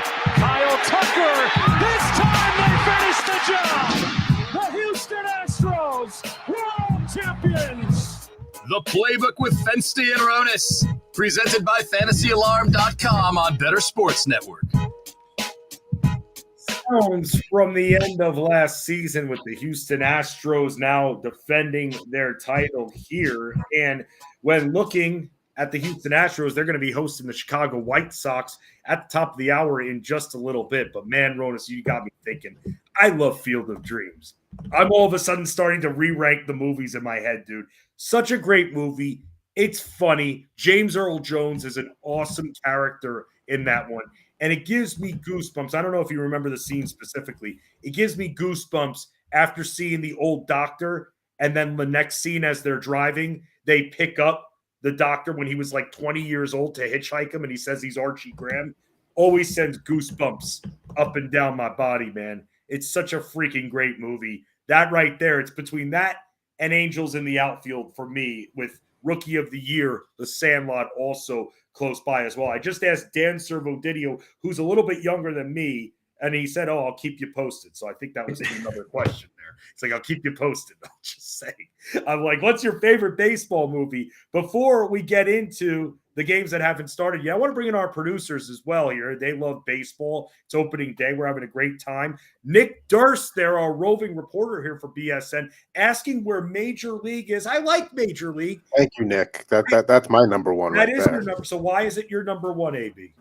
I mean, first of all, just taking baseball out of it, it's a good movie. Just as a movie, it's a good movie. And it's funny. It's, Charlie Sheen, right before he blew up. You got Wesley Snipes in there as Willie Mays Hayes. The guy who plays Lou Brown, the manager, is hysterical. I mean, it's a movie that, like, I put it on for my wife one night, and she's not like a sports person, but even she enjoyed it. Everybody can enjoy Major League. I got to add two more to the list that have not been mentioned yet. 61, the one about Maris. That is an excellent movie. And I know Sandlot's been mentioned already, but that would be my other of the ones to round out my top three. Yeah. Dan Servodidio, by the way, our guest from the last hour, says Field of Dreams. So another vote for Field of Dreams from Servo. I can't blame him. An underrated baseball movie, 8 Men Out. I don't know if you guys have seen 8 Men Out before. Right? Yeah. I mean, what do you think, Ronan? It's a solid movie. I know it's not on the favorites list, but I still think it's a very good movie. Yeah, no, it's up there. Yeah, I've read the book as well. I one time had to do a project on the book, the Chicago Black Sox from 1919. So that's another one which I think is very underrated. Mike Torres, Mr. Logic Chaos himself here. Mike, what's your favorite baseball movie? I was gonna pick Moneyball at first, but we're gonna go with Trouble with the Curve. That's my drama baseball movie favorite one. Man, I've never even heard of that movie. I heard. I've seen it. Is it good? What's it Yeah. about? It's about, isn't it? Is it a young kid from the Dominican Republic? What do you Yeah, think? copy that. Yeah, I saw it. Man, It's about You a watch baseball it. scout with his like daughter or something looking for a recruit, something like that. But so Yeah. yeah, it's pretty good though. I've seen it. Yeah, I mean, Clint Eastwood, Justin Timberlake, John Goodman. It's got a cast. man, yeah, I've never seen that. I've never even heard of that baseball movie before. That's very interesting. Another baseball movie that I like. I mean, Ron, you ever seen Basketball before? No. Okay. That's not technically a baseball. I know movie. that. It's I was about to say, what is I it? love that movie. It's like a combined baseball basketball game. It's really cool. That's a good movie. But a baseball movie that I also like here. What was the Bench Warmers? I don't know if you guys have seen the Bench Warmers before. That one is another one. Bad News Bears. I've seen both the old one and then the one with Billy Bob Thornton. The one with Billy Bob Thornton I saw. I didn't think it was terrible. Thought that was okay as well. So some baseball movies here on opening day. Ron, let's talk about the excitement that is MLB day one right here. We've got a few games that are going to be starting up in just a little bit, starting with that Houston Astros Shy Sox game here. Couple of bets here for you here, or at least lines here for runs 7.5, the over at -105 for this game. Dylan Cease at 6.5 strikeouts for this. The over at +105 for Framber Valdez. He's at 5.5 with it being -110 on the over. What do you think from that game? Do you have anything or any interest in general from watching this game? No, I don't have anything on the game, but yeah, I mean, obviously it's the only game on at that time, assuming some of the early games are ending. The way it's set up, that's the only game at 7:00, so it'll be featured on national television. So, yeah, I want to see Dylan Cease if the control is back. He had a rough spring. He issued a lot of walks, which is why I was a little concerned about him this year. I want to see Eloy Jimenez stay healthy. That would be nice. He's hitting cleanup tonight. And then the Astros, obviously some injuries here. So they have Jeremy Pena leading off, Bregman second, Yordan Alvarez third, Abreu fourth, Kyle Tucker fifth. I mean, I thought they'd move him up to second at least, but that's the one thing. And Yanier Diaz is the DH, so that's something to keep an eye on. And Mauricio Dubon starting at second base, not Helmsley. So and Jake Myers in center field. So yeah, Framber Valdez, Dylan Cease, pretty good pitching matchup. But I got to see Cease's command be better if he's going to continue to issue walks because he led the league in walks last year. It's going to be tough for him to duplicate what he did last year. He could still be a good pitcher, but I don't see that ERA being the same if he's going to continue to walk guys at such a high rate. Going over some props. And by the way, you'll be able to participate in our contest here for BettorCast involving this game between the White Sox and the Astros. And you compete in our live Q&A contest on the Better Sports Network app. Answer predictive questions about the game and have fun chatting with our community in real time. You could win authentic hand-signed items from your favorite athletes. And you can always, as always, you can check all of our programming while BettorCast is going on the app. You can check our live programming going on bettersports.com. Going over another game here, the Rockies taking on the Padres. It is not in Coors Field, so let's not get too excited here in Petco, place where you hitters don't get too excited to hit at. It is the Padres who are favored in this game, run total at 7, the over on DraftKings Sportsbook at -120, the under at +100. First inning runs, Ron, let's talk about this for a second, because last year, you and I started a new project for another channel, radio channel in a galaxy on a satellite far, far away. And I asked you, as we were going to be doing in-game coverage, and we wanted to cater it to wagerers out there. And I asked you about what the most important props are and stuff like that. And I got to ask you, first inning runs. That's something that you told me about last year that a lot of people like to bet. For this game right here for Rockies Padres, the over on first inning runs at +105, the under at -135. How often do you bet first inning runs? Kind of once in a while. You could also bet no runs in the first inning as well. Right. So you could do both sides. But yeah, I'm not going to bet no runs in the first inning here with Marquez on the mound and that top of the lineup. But no Fernando Tatis Jr. He's suspended till April 20th. But they have Trent Grisham, Juan Soto, Manny Machado, and Xander Bogaerts as the top four. So I did see Bogaerts lead off a lot in the spring where they put him clean up. So that's kind of a rough top of the order to navigate. Montero's playing third base for the Rockies. He's going to hit fifth. So no Moustakas. And Ezekiel Tovar, their rookie shortstop, is hitting ninth. So I wanted to see him hit higher in the lineup. Maybe he can move up. And also Chris Bryant hitting second. He had a pretty good spring. So I did draft him in a couple leagues. I'm still scared because health is an issue for him. But we'll see if he can stay healthy and put up a big season because this is not a good Rockies lineup. Especially is Profar in the lineup? No, he's not with the team. Oh, okay. Yeah, I wasn't sure because I remember we were actually on the air a few weeks ago when he signed. It was during a Saturday morning show we were on, and where he actually signed with the team. And we remember, and then we already started. Yeah, he had visa issues. Then they said he's good to go, and he's technically on the roster, but he's not with the team right now. So we'll have to wait and see when he's good to go. You know, it's interesting because this is now the third, and I know I don't know passport issues, right? Here's the interesting thing with passport issues, because me and my wife are currently going through that right now where we both filled out the form to get renewed because you can't just, with most things, when you have the deadline to get it renewed, you can take it up to the day.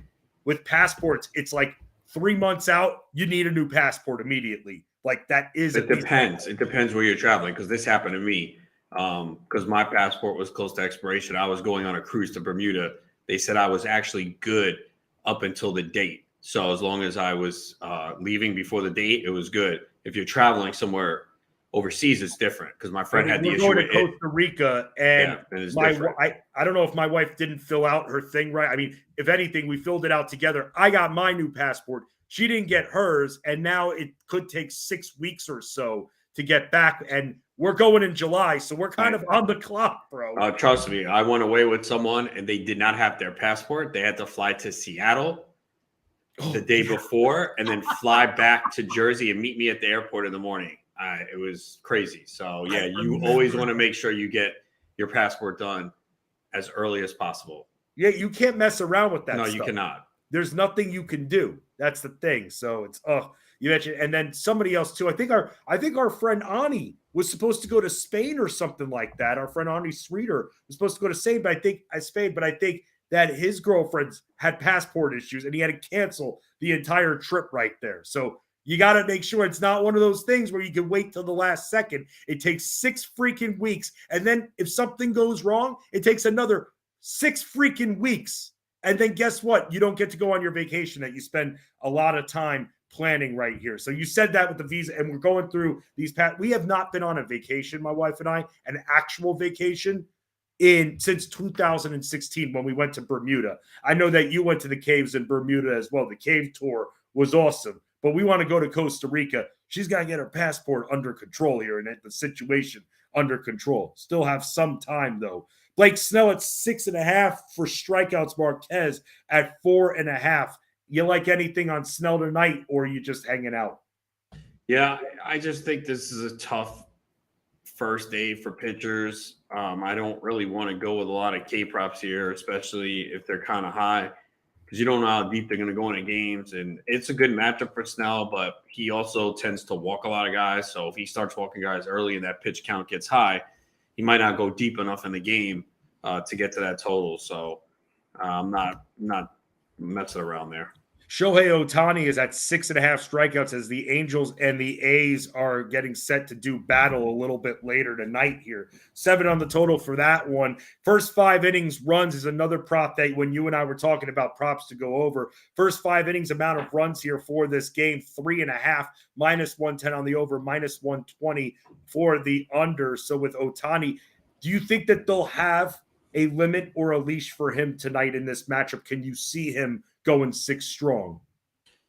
I don't think so. I don't know. I haven't seen if he's going to be on a pitch count.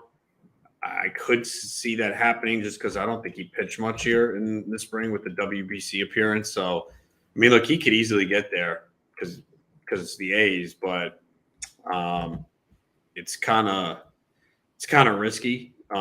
So I would take the over, but I want to see what the if there is a pitch count limit. I haven't seen anything yet. So Yeah, I mean, didn't see he did throw 9 2/3 innings. And that's kind of more pressure situation in a real game as opposed to the spring. So that's good, but I don't want to get stuck with him getting pulled or being on a pitch limit. But he should go over the number. Yeah, facing the A's, that daunting lineup that the A's have. Let's talk about the Diamondbacks and the Dodgers here because that run line is at 7.5. The over at plus 105 on DraftKings. The under at minus 125. Zach Gallen at 5.5 strikeouts. The over at plus 105. Julio Urias at 5.5, minus 125 on the over here. This is a game where I'm kind of excited. I'm kind of intrigued to see, especially Mr. Carroll and everything. But Diamondbacks Dodgers here, Ron, is this one game you're going to be focusing on of these games starting here at night? Yeah. And interestingly, the lineup is not what you want for some of those fantasy players with Diamondbacks. Corbin Carroll is batting 7th. Now, maybe that's because there's a lefty on the mound. Jake McCarthy is hitting 9th. People thought he was going to hit higher in the order. He was drafted, 9th, 10th round for the speed. But hitting 9th, that is not good. Maybe it's a lefty on the line. Kyle Lewis is leading off at the DH. That is pretty interesting. Then it's Ketel Marte, Lourdes Gurriel Jr. looking for that bounce-back season. Christian Walker coming off a great year. Evan Longoria, who, look, he can hit when he's healthy. How long he's going to be healthy. Nick Ahmed, I don't know why he's hitting 6th. That makes no sense. Corbin Carroll, Gabriel Moreno, who obviously gets a big opportunity early on with Carson Kelly beginning of the year on the IL. And then the Dodgers have Betts, Freeman, Will Smith, Muncy, JD Martinez, David Peralta, Miguel Vargas, who I like a lot this year. James Outman gets the start in center, and Miguel Rojas at shortstop. Final game on the night here, also at 10 p.m. Eastern start. The Guardians taking on the Mariners. We were talking a lot about the Mariners, whether or not they could win the AL West. Well, their journey starts at home against Cleveland. Bieber at 6.5 for strikeout prop, minus 105 for the over. Castillo at 5.5, minus 115 on the over for there. Runs in the first 5 innings sits at 3. Runs for the total game is at 6.5, minus 115 on the over, minus 105 on the under here. Anything that stands out to you? Because this looks like this is going to be a good pitching matchup. Yeah, this could be an under game. Bieber had a fantastic spring, man. And Castillo, obviously, when he came over from Cincinnati, pitched really well. Interested to see how Jared Kelenic performs. Now, it's a tough matchup here against Bieber, but he had a really good spring. He is batting 7th. Julio Rodriguez leading off, followed by Colton Wong and Ty France, who I thought was kind of undervalued in fantasy, even though I didn't get him. But solid average guy. If he's going to hit 3rd in this lineup, should put up good counting stats. So, yeah, and for the Guardians, Kwan, Rosario, Ramirez, Bell, Naylor, Jimenez, Will Brennan gets to start right field, Mike Zunino, and Miles Straw.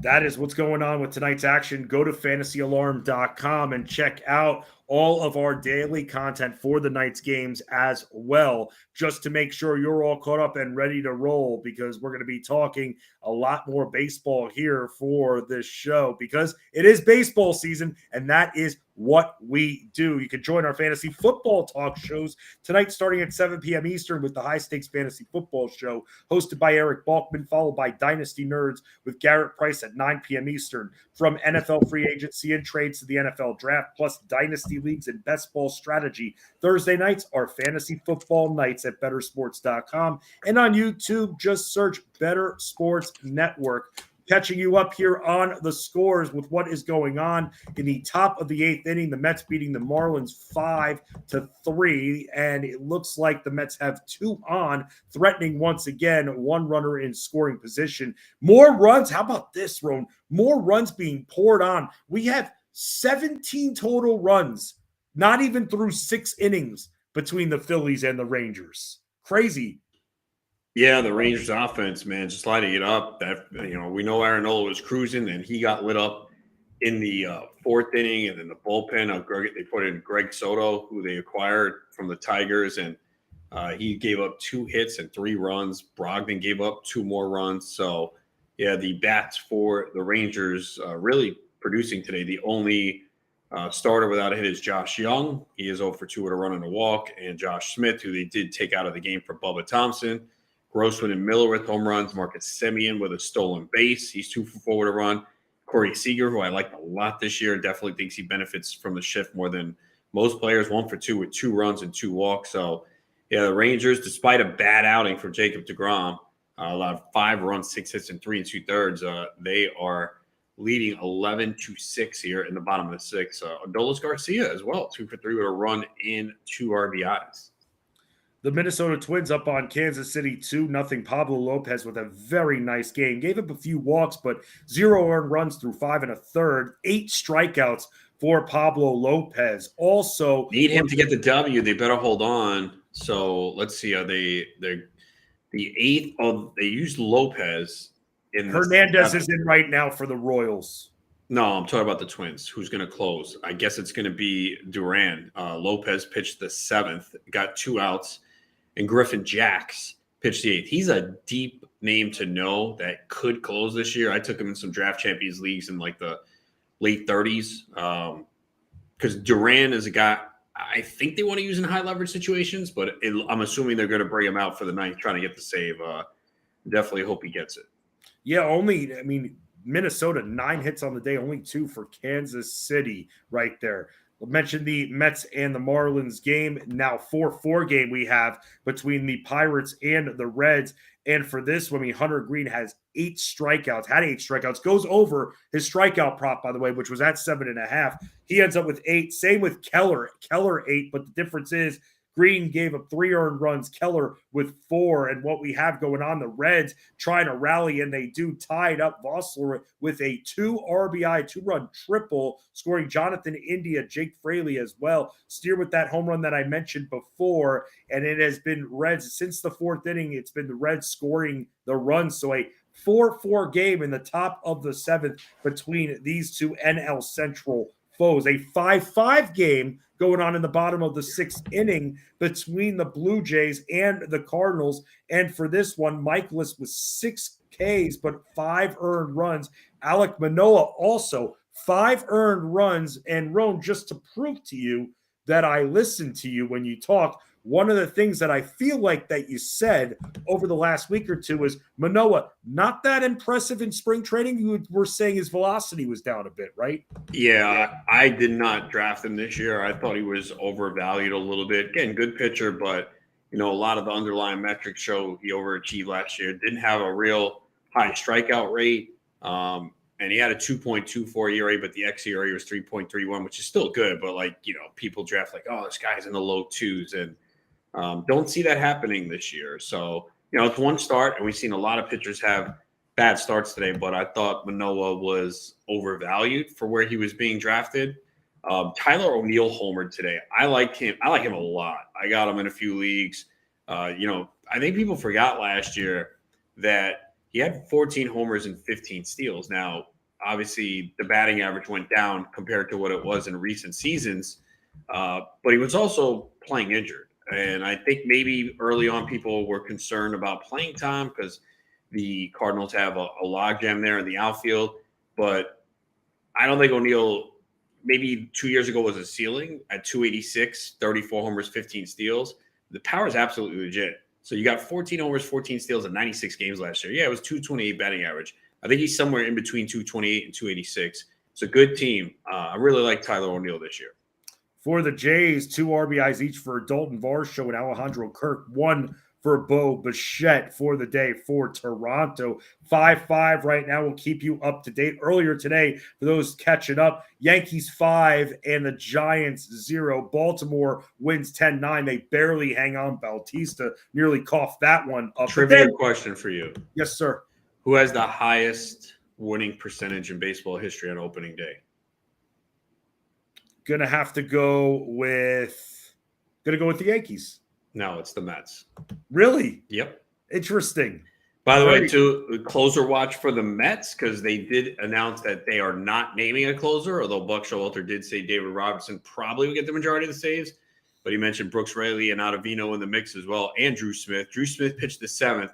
Brooks Raley in to start the 8th. So I hope it's Robinson for the 9th because I did spend on him in a couple leagues.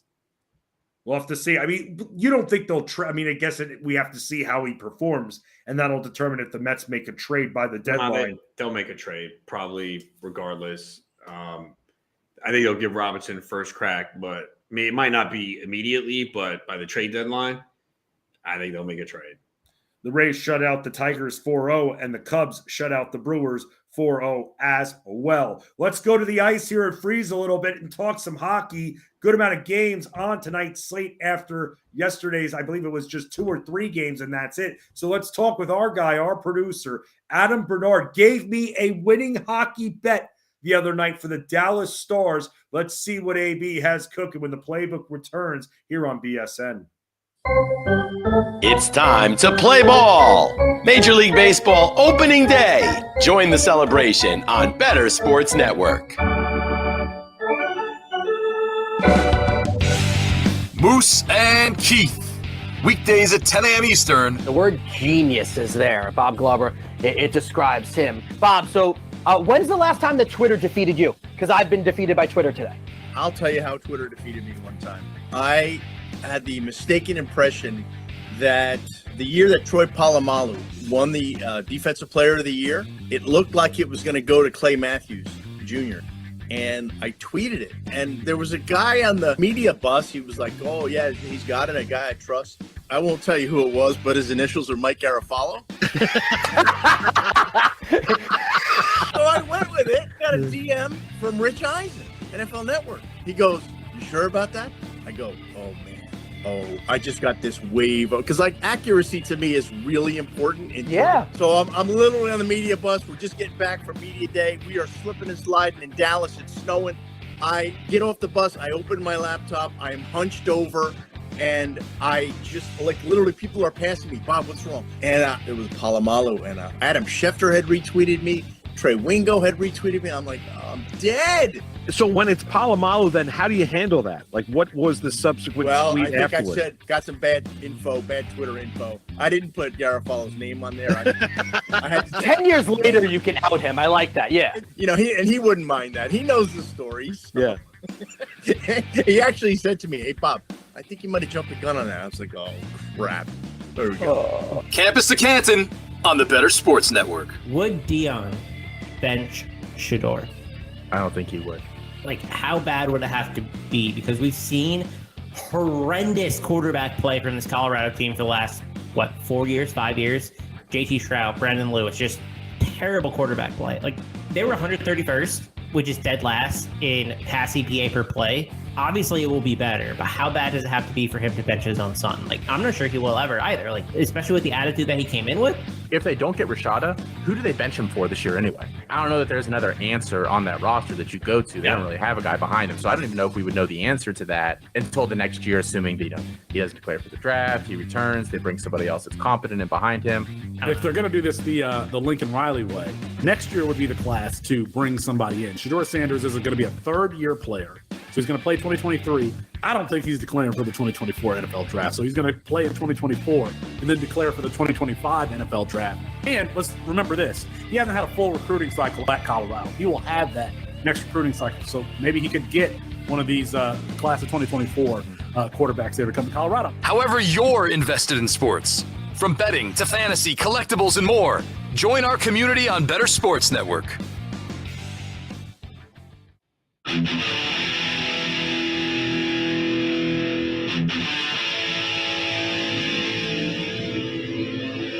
The Playbook with Fensty and Ronis, presented by FantasyAlarm.com on Bettor Sports Network. Getting ready for those hockey playoffs coming up very soon here. It's such a great time for sports right now. I mean, you got basketball, season is winding down. Then you got the play-in tournament coming there with that cluttered Western Conference especially. You got baseball just starting up, hockey about to head into the playoffs. Just such a great, great time. And then soon enough, before you know it, the fourth major comes in and you got the NFL draft. Hell, even next week we got Masters coming up as well. But for tonight, a lot of hockey games on the slate, including the Blue Jackets visiting the Bruins, the Panthers taking on the Canadians, Rangers and Devils, Flyers and Senators, Predators and Penguins, Capitals and Lightning. Then you've got the Hurricanes and Red Wings, Blues and Blackhawks. Then in the 9 o'clock hour, the Kings and Oilers, the Ducks and the Kraken, and the Golden Knights and the Sharks here. So with that, let's welcome in the big winner that helped me become a big winner. Listen, man, you helped me win a bet. You just got me a Chipotle burrito bowl. Wait, I hate to cut it, but can I quickly ask you guys a question? Sure. Because this is bothering me. So say this is general fantasy talk. Someone is interested in your player, right? They really want one of your players. So they send you an offer. You don't like it. You reject it. They say, are you interested in this guy? You say, yeah. So they send an offer with that guy. You don't like the trade. You reject it. Then they go, well, what do you want for this player? Are you supposed to send another offer back? Like, my viewpoint is you're coming after me for a player that I don't want to trade. You're asking me, would I be interested? I'd be interested in that. You still send another offer. Is it on me to now work to send a trade back? How badly do you want the player? I don't. This is a guy who loves to trade. He's coming after me for a player I want. So I reject his offers. He says, oh, what about this guy? I go, I would be interested in him. Sends a trade involving them. It's terrible. I reject it.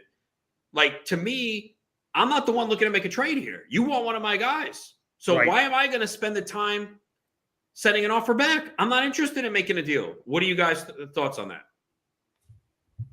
So for me, if it's like, okay, now he's got me thinking, or she's got me thinking about a trade, then I'll look at the roster and try and see if maybe there's something there. But if it's like somebody like you're saying, where it's a situation where I have no interest in moving the guy, it's on that person to constantly come at me with offers till I get something I like. If I have no desire to move the person, I'm not going to be wasting time trying to make an offer that works for you. You know what I mean? There's another wrinkle with what you said, a detail that you said. The trades have been terrible offers. Right. So especially if they've been terrible offers, you're not going to waste your time then. If they're coming close, though, even if you don't want the player, and it, like Bernard was saying, it starts to make your gears grind a little bit, then maybe you send back a counter. But if you're not looking to make the trade and the person just wants to continuously make you low ball offers, let them do all the legwork. You're going to keep rejecting it anyway, right? Yeah, I mean, that's the way I feel. I'm just like, these trades are terrible. And again, I'm not interested in moving the player. Like, we just finished the season. I mean, Howard Bender and I talked a little bit about this on the Cash It podcast, which drops today. But I get it. Sometimes you come out of your fantasy baseball draft or any fantasy sport with a deficiency and you want to fill it pretty quickly. But I don't know. I usually don't want to trade immediately after the draft. I want to let my team, play a little bit and see, okay. 3 weeks, 3 full weeks. I mean, I don't even think there's a set time, but I'm not ready to trade after, unless I come out, like maybe I come out with no saves and I'm like, damn, this guy has 4 closers. You know what?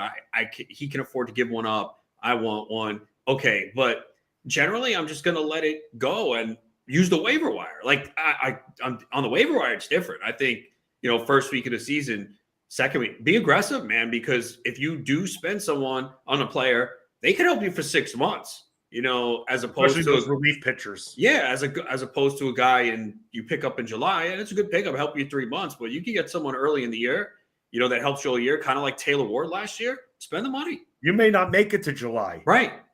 So you gotta that's something that goes back. It's stop thinking towards the end of the season. It's like in football. Well, this player's got a week 13 bye.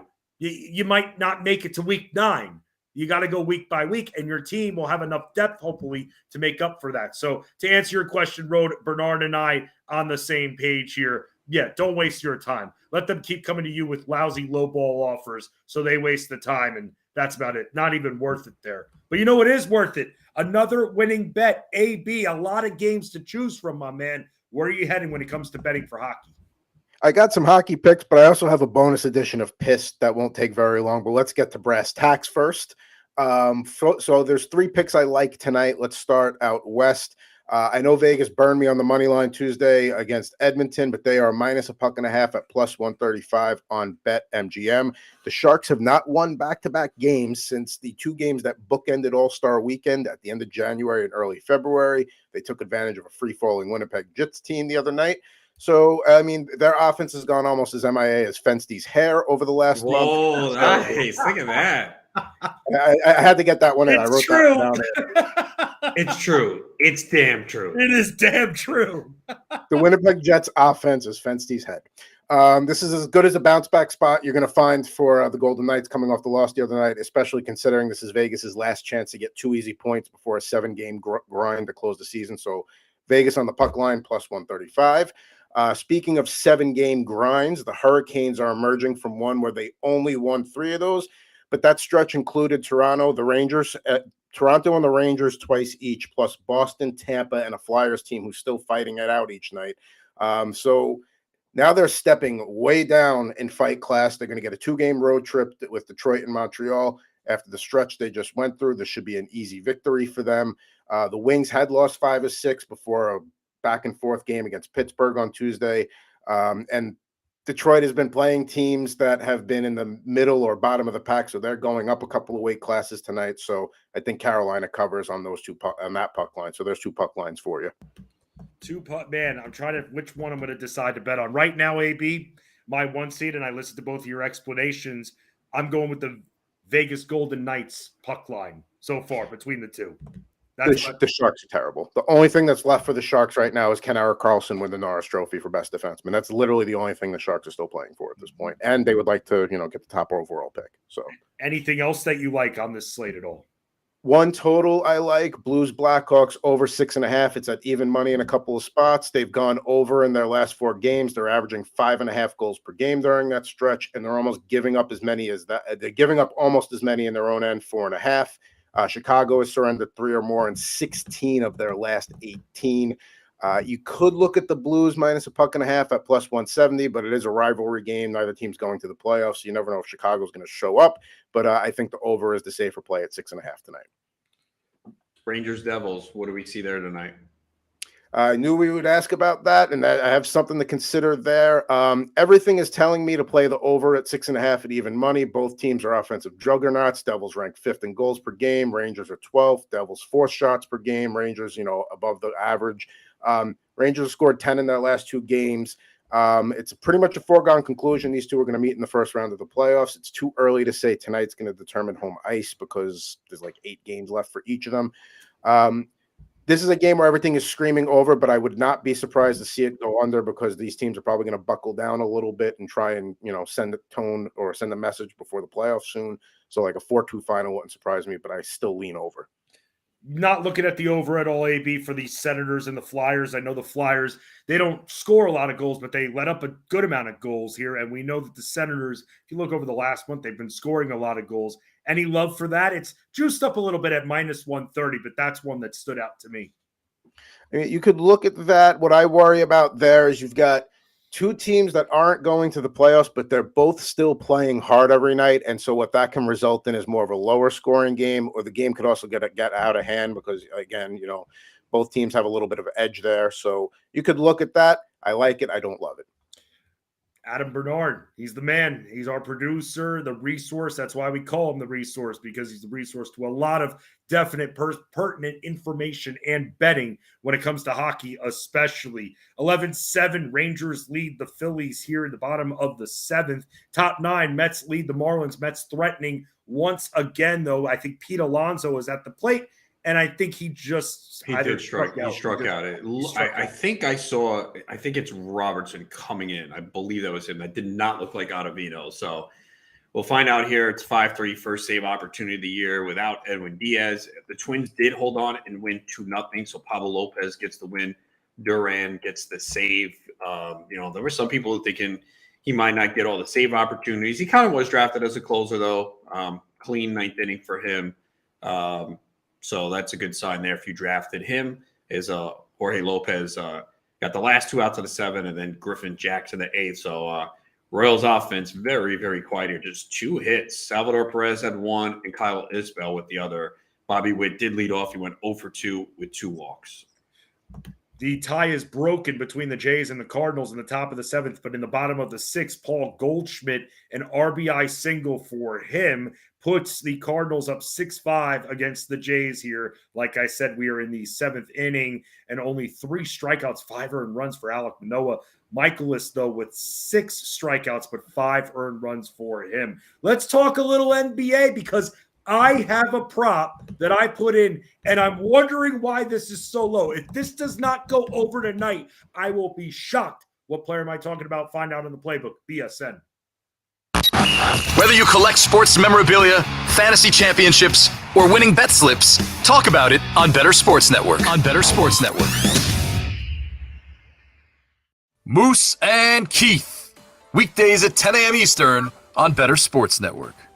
Calvin Ridley yesterday, he applied for reinstatement from the National Football League. Ridley, Kirk, Zay Jones, Travis Etienne, Trevor Lawrence. That is crazy potent on offense. Yeah, it's going to be awesome. I mean, Ridley's great. I think Trevor Lawrence is a guy I want in fantasy this year. I think you're probably right. I think they're just going to get better and better. First off, Peterson's a wonderful offensive mind, a great head coach, and we've seen that and saw that this year as Jacksonville made it to the postseason. And Trevor Lawrence, anybody that questioned whether or not he could play in the National Football League or just how good he was going to be in the NFL, those questions were answered this past season as in the second half of the year. Statistically speaking, he was a top 3 quarterback in the NFL. That's how good Trevor Lawrence is. You throw Calvin Ridley into the mix, he's going to be great. Yeah, I think Lawrence is a guy you want. I think Ridley's a guy you want. Clearly, Travis Etienne is going to be one of those early, first-round selections as well, being the dual-threat running back that he is, not only running, but also catching the ball out of the backfield, Keith, and the ability to take something small and take it to the house.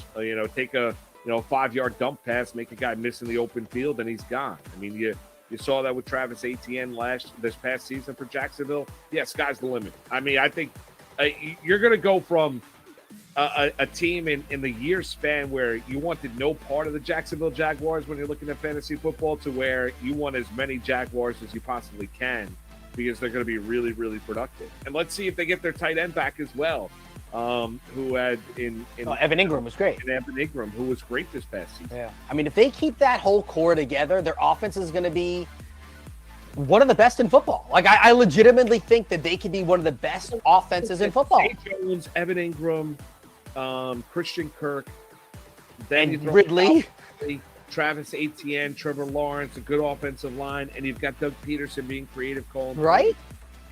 And you look at that division. The Colts are a mess. Yep.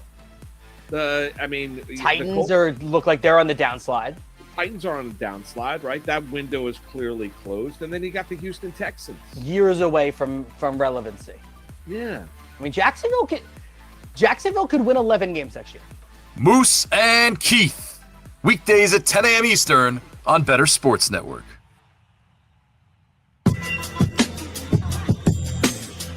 How concerning is it that you're starting to lose ground on the Bucs with only 6 games left now? Do you think that's something that could come back and haunt you down the line? Not really. In the playoffs, you're going to have to win games on the road at some point. Last year, we beat the Bucs in Game 6. And then last year, we beat Miami in Game 7 on the road. So at some point, you're going to have to go on the road and get a win. Make bets and follow your fantasy team while you buy, sell, and trade collectibles in real time. Only on Bettor Sports Network. Justin Betster and Adam Ronis back with you, and you just heard Jason Tatum here talking about finishing up strong here. Is he concerned about finishing as the top seed, or can the Boston Celtics, no matter where they finish, still run and make another run at the NBA Finals here? Only 2 games on tap for NBA tonight. We've got at 7:30 p.m. Eastern, the Celtics taking on the Bucks in what could be a preview of the Eastern Conference Finals. Health issues I saw there. I haven't seen a full confirmation whether or not Chris Middleton is playing. I know there's concern about Robert Williams. He should be active here, but we got to just see about Chris Middleton. And then at 10 p.m. Eastern, with a 5.5-point spread between the Nuggets and the Pelicans at 226.5 for that total. And Rono, get the prop talk starting off here. And I was surprised it was this low, but Brandon Ingram's PRAs were at 37.5, man. He's gone over this in 5 straight games. The midcourt defense for the Nuggets hasn't been that great. We're talking about a guy who should once again be taking 20 to 23 shots. And it's just mind-blowing that it's this low because he continues to go over it 6 of his last 7 games. Yeah, I mean, there's so many different ways you can look at it. You can look at his points, PRAs, even his rebounds and assists. I was looking at that first, but then I said I wanted, like, let's just see. It was originally going to be the rebounds and assists. And then I said, let's just see what happens with the point when you add the points there. And that 37.5, I thought it was too good to pass up. But rebounds and assists I was looking at as well. Yeah, I think that's not a bad play. I didn't really look too much at the NBA tonight. I was very busy setting lineups today for base. Plus, there's only 2 games, so I really didn't look at it too much. But, yeah, I mean, Ingram's been balling out, man. At least 26 points in 7 straight games at this point. And like you said, he's going to take, 18 to 22 shots, maybe even more. I mean, we've seen 22, 19, 22, 23, 16, 24, 20, 17. So he's just has such a high usage rate that no problem going with him tonight. The thing is, too, Milwaukee-Boston's a really good game as well. Not unfortunately, you only got 1 baseball game up against it. I'm assuming everyone's going to play. Milwaukee's short favorites. They played last night with Drew Holiday having a monster game. So, it should be a fun game.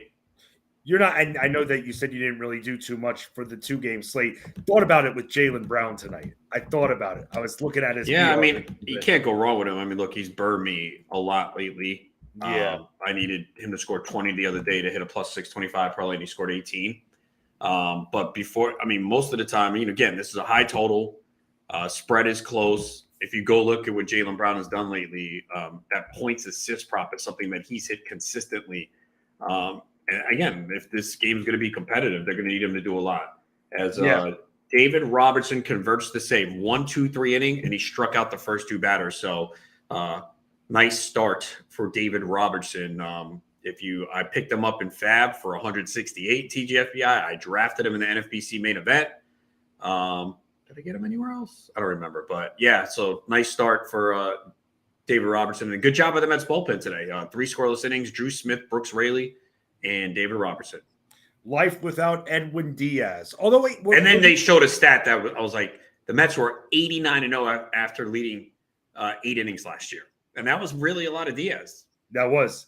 His ERA was like 0.5, right? Diaz? It was like, really low. Yeah, it was 0.5. The guy wasn't allowing anything. So, and by the way, Robertson did strike out Garrett Cooper, who homered earlier, and Jazz Chisholm. So it's not like he went through the bad part of the order. He went through the heart of the order. I know it's the Marlins, but Jazz Chisholm's pretty good. So nice start there for the Mets on a day where they got the bad news with Verlander to at least come away with a win and remain the most successful franchise on opening day. Unfortunately, we need that to happen on closing day. Right, and that doesn't happen too often on closing day for them. That just doesn't. Man, I'm trying to put last year behind me already, Ro, but we've talked about it on this show. You guys can check it out with BSN On Demand. I'm sure it's up there somewhere. I mean, you're thinking the Braves here. We've talked about that. Mets aren't winning this division. They can. I'm picking the Braves. I think the Mets can win the division. Remember, the Braves already have issues now, too. Max Fried is going on the IL. They said that. He's missing his next start. He's going on the IL. So he's out. Kyle Wright's on the IL. Mets have issues, too, but so do the Braves. I mean, all these teams. Injuries piling up. This is how it happens, man. This is what it happens. The season started. You got to loosen up here. We thank our producer, Logic Chaos, man, Mike Torres, The Resource, AB, Adam Bernard, for Adam Rodas. I'm Justin Fensterman. We will be back tomorrow with announcements. Ooh, what announcements? Are they good? Are they bad? For us to know, you to find out.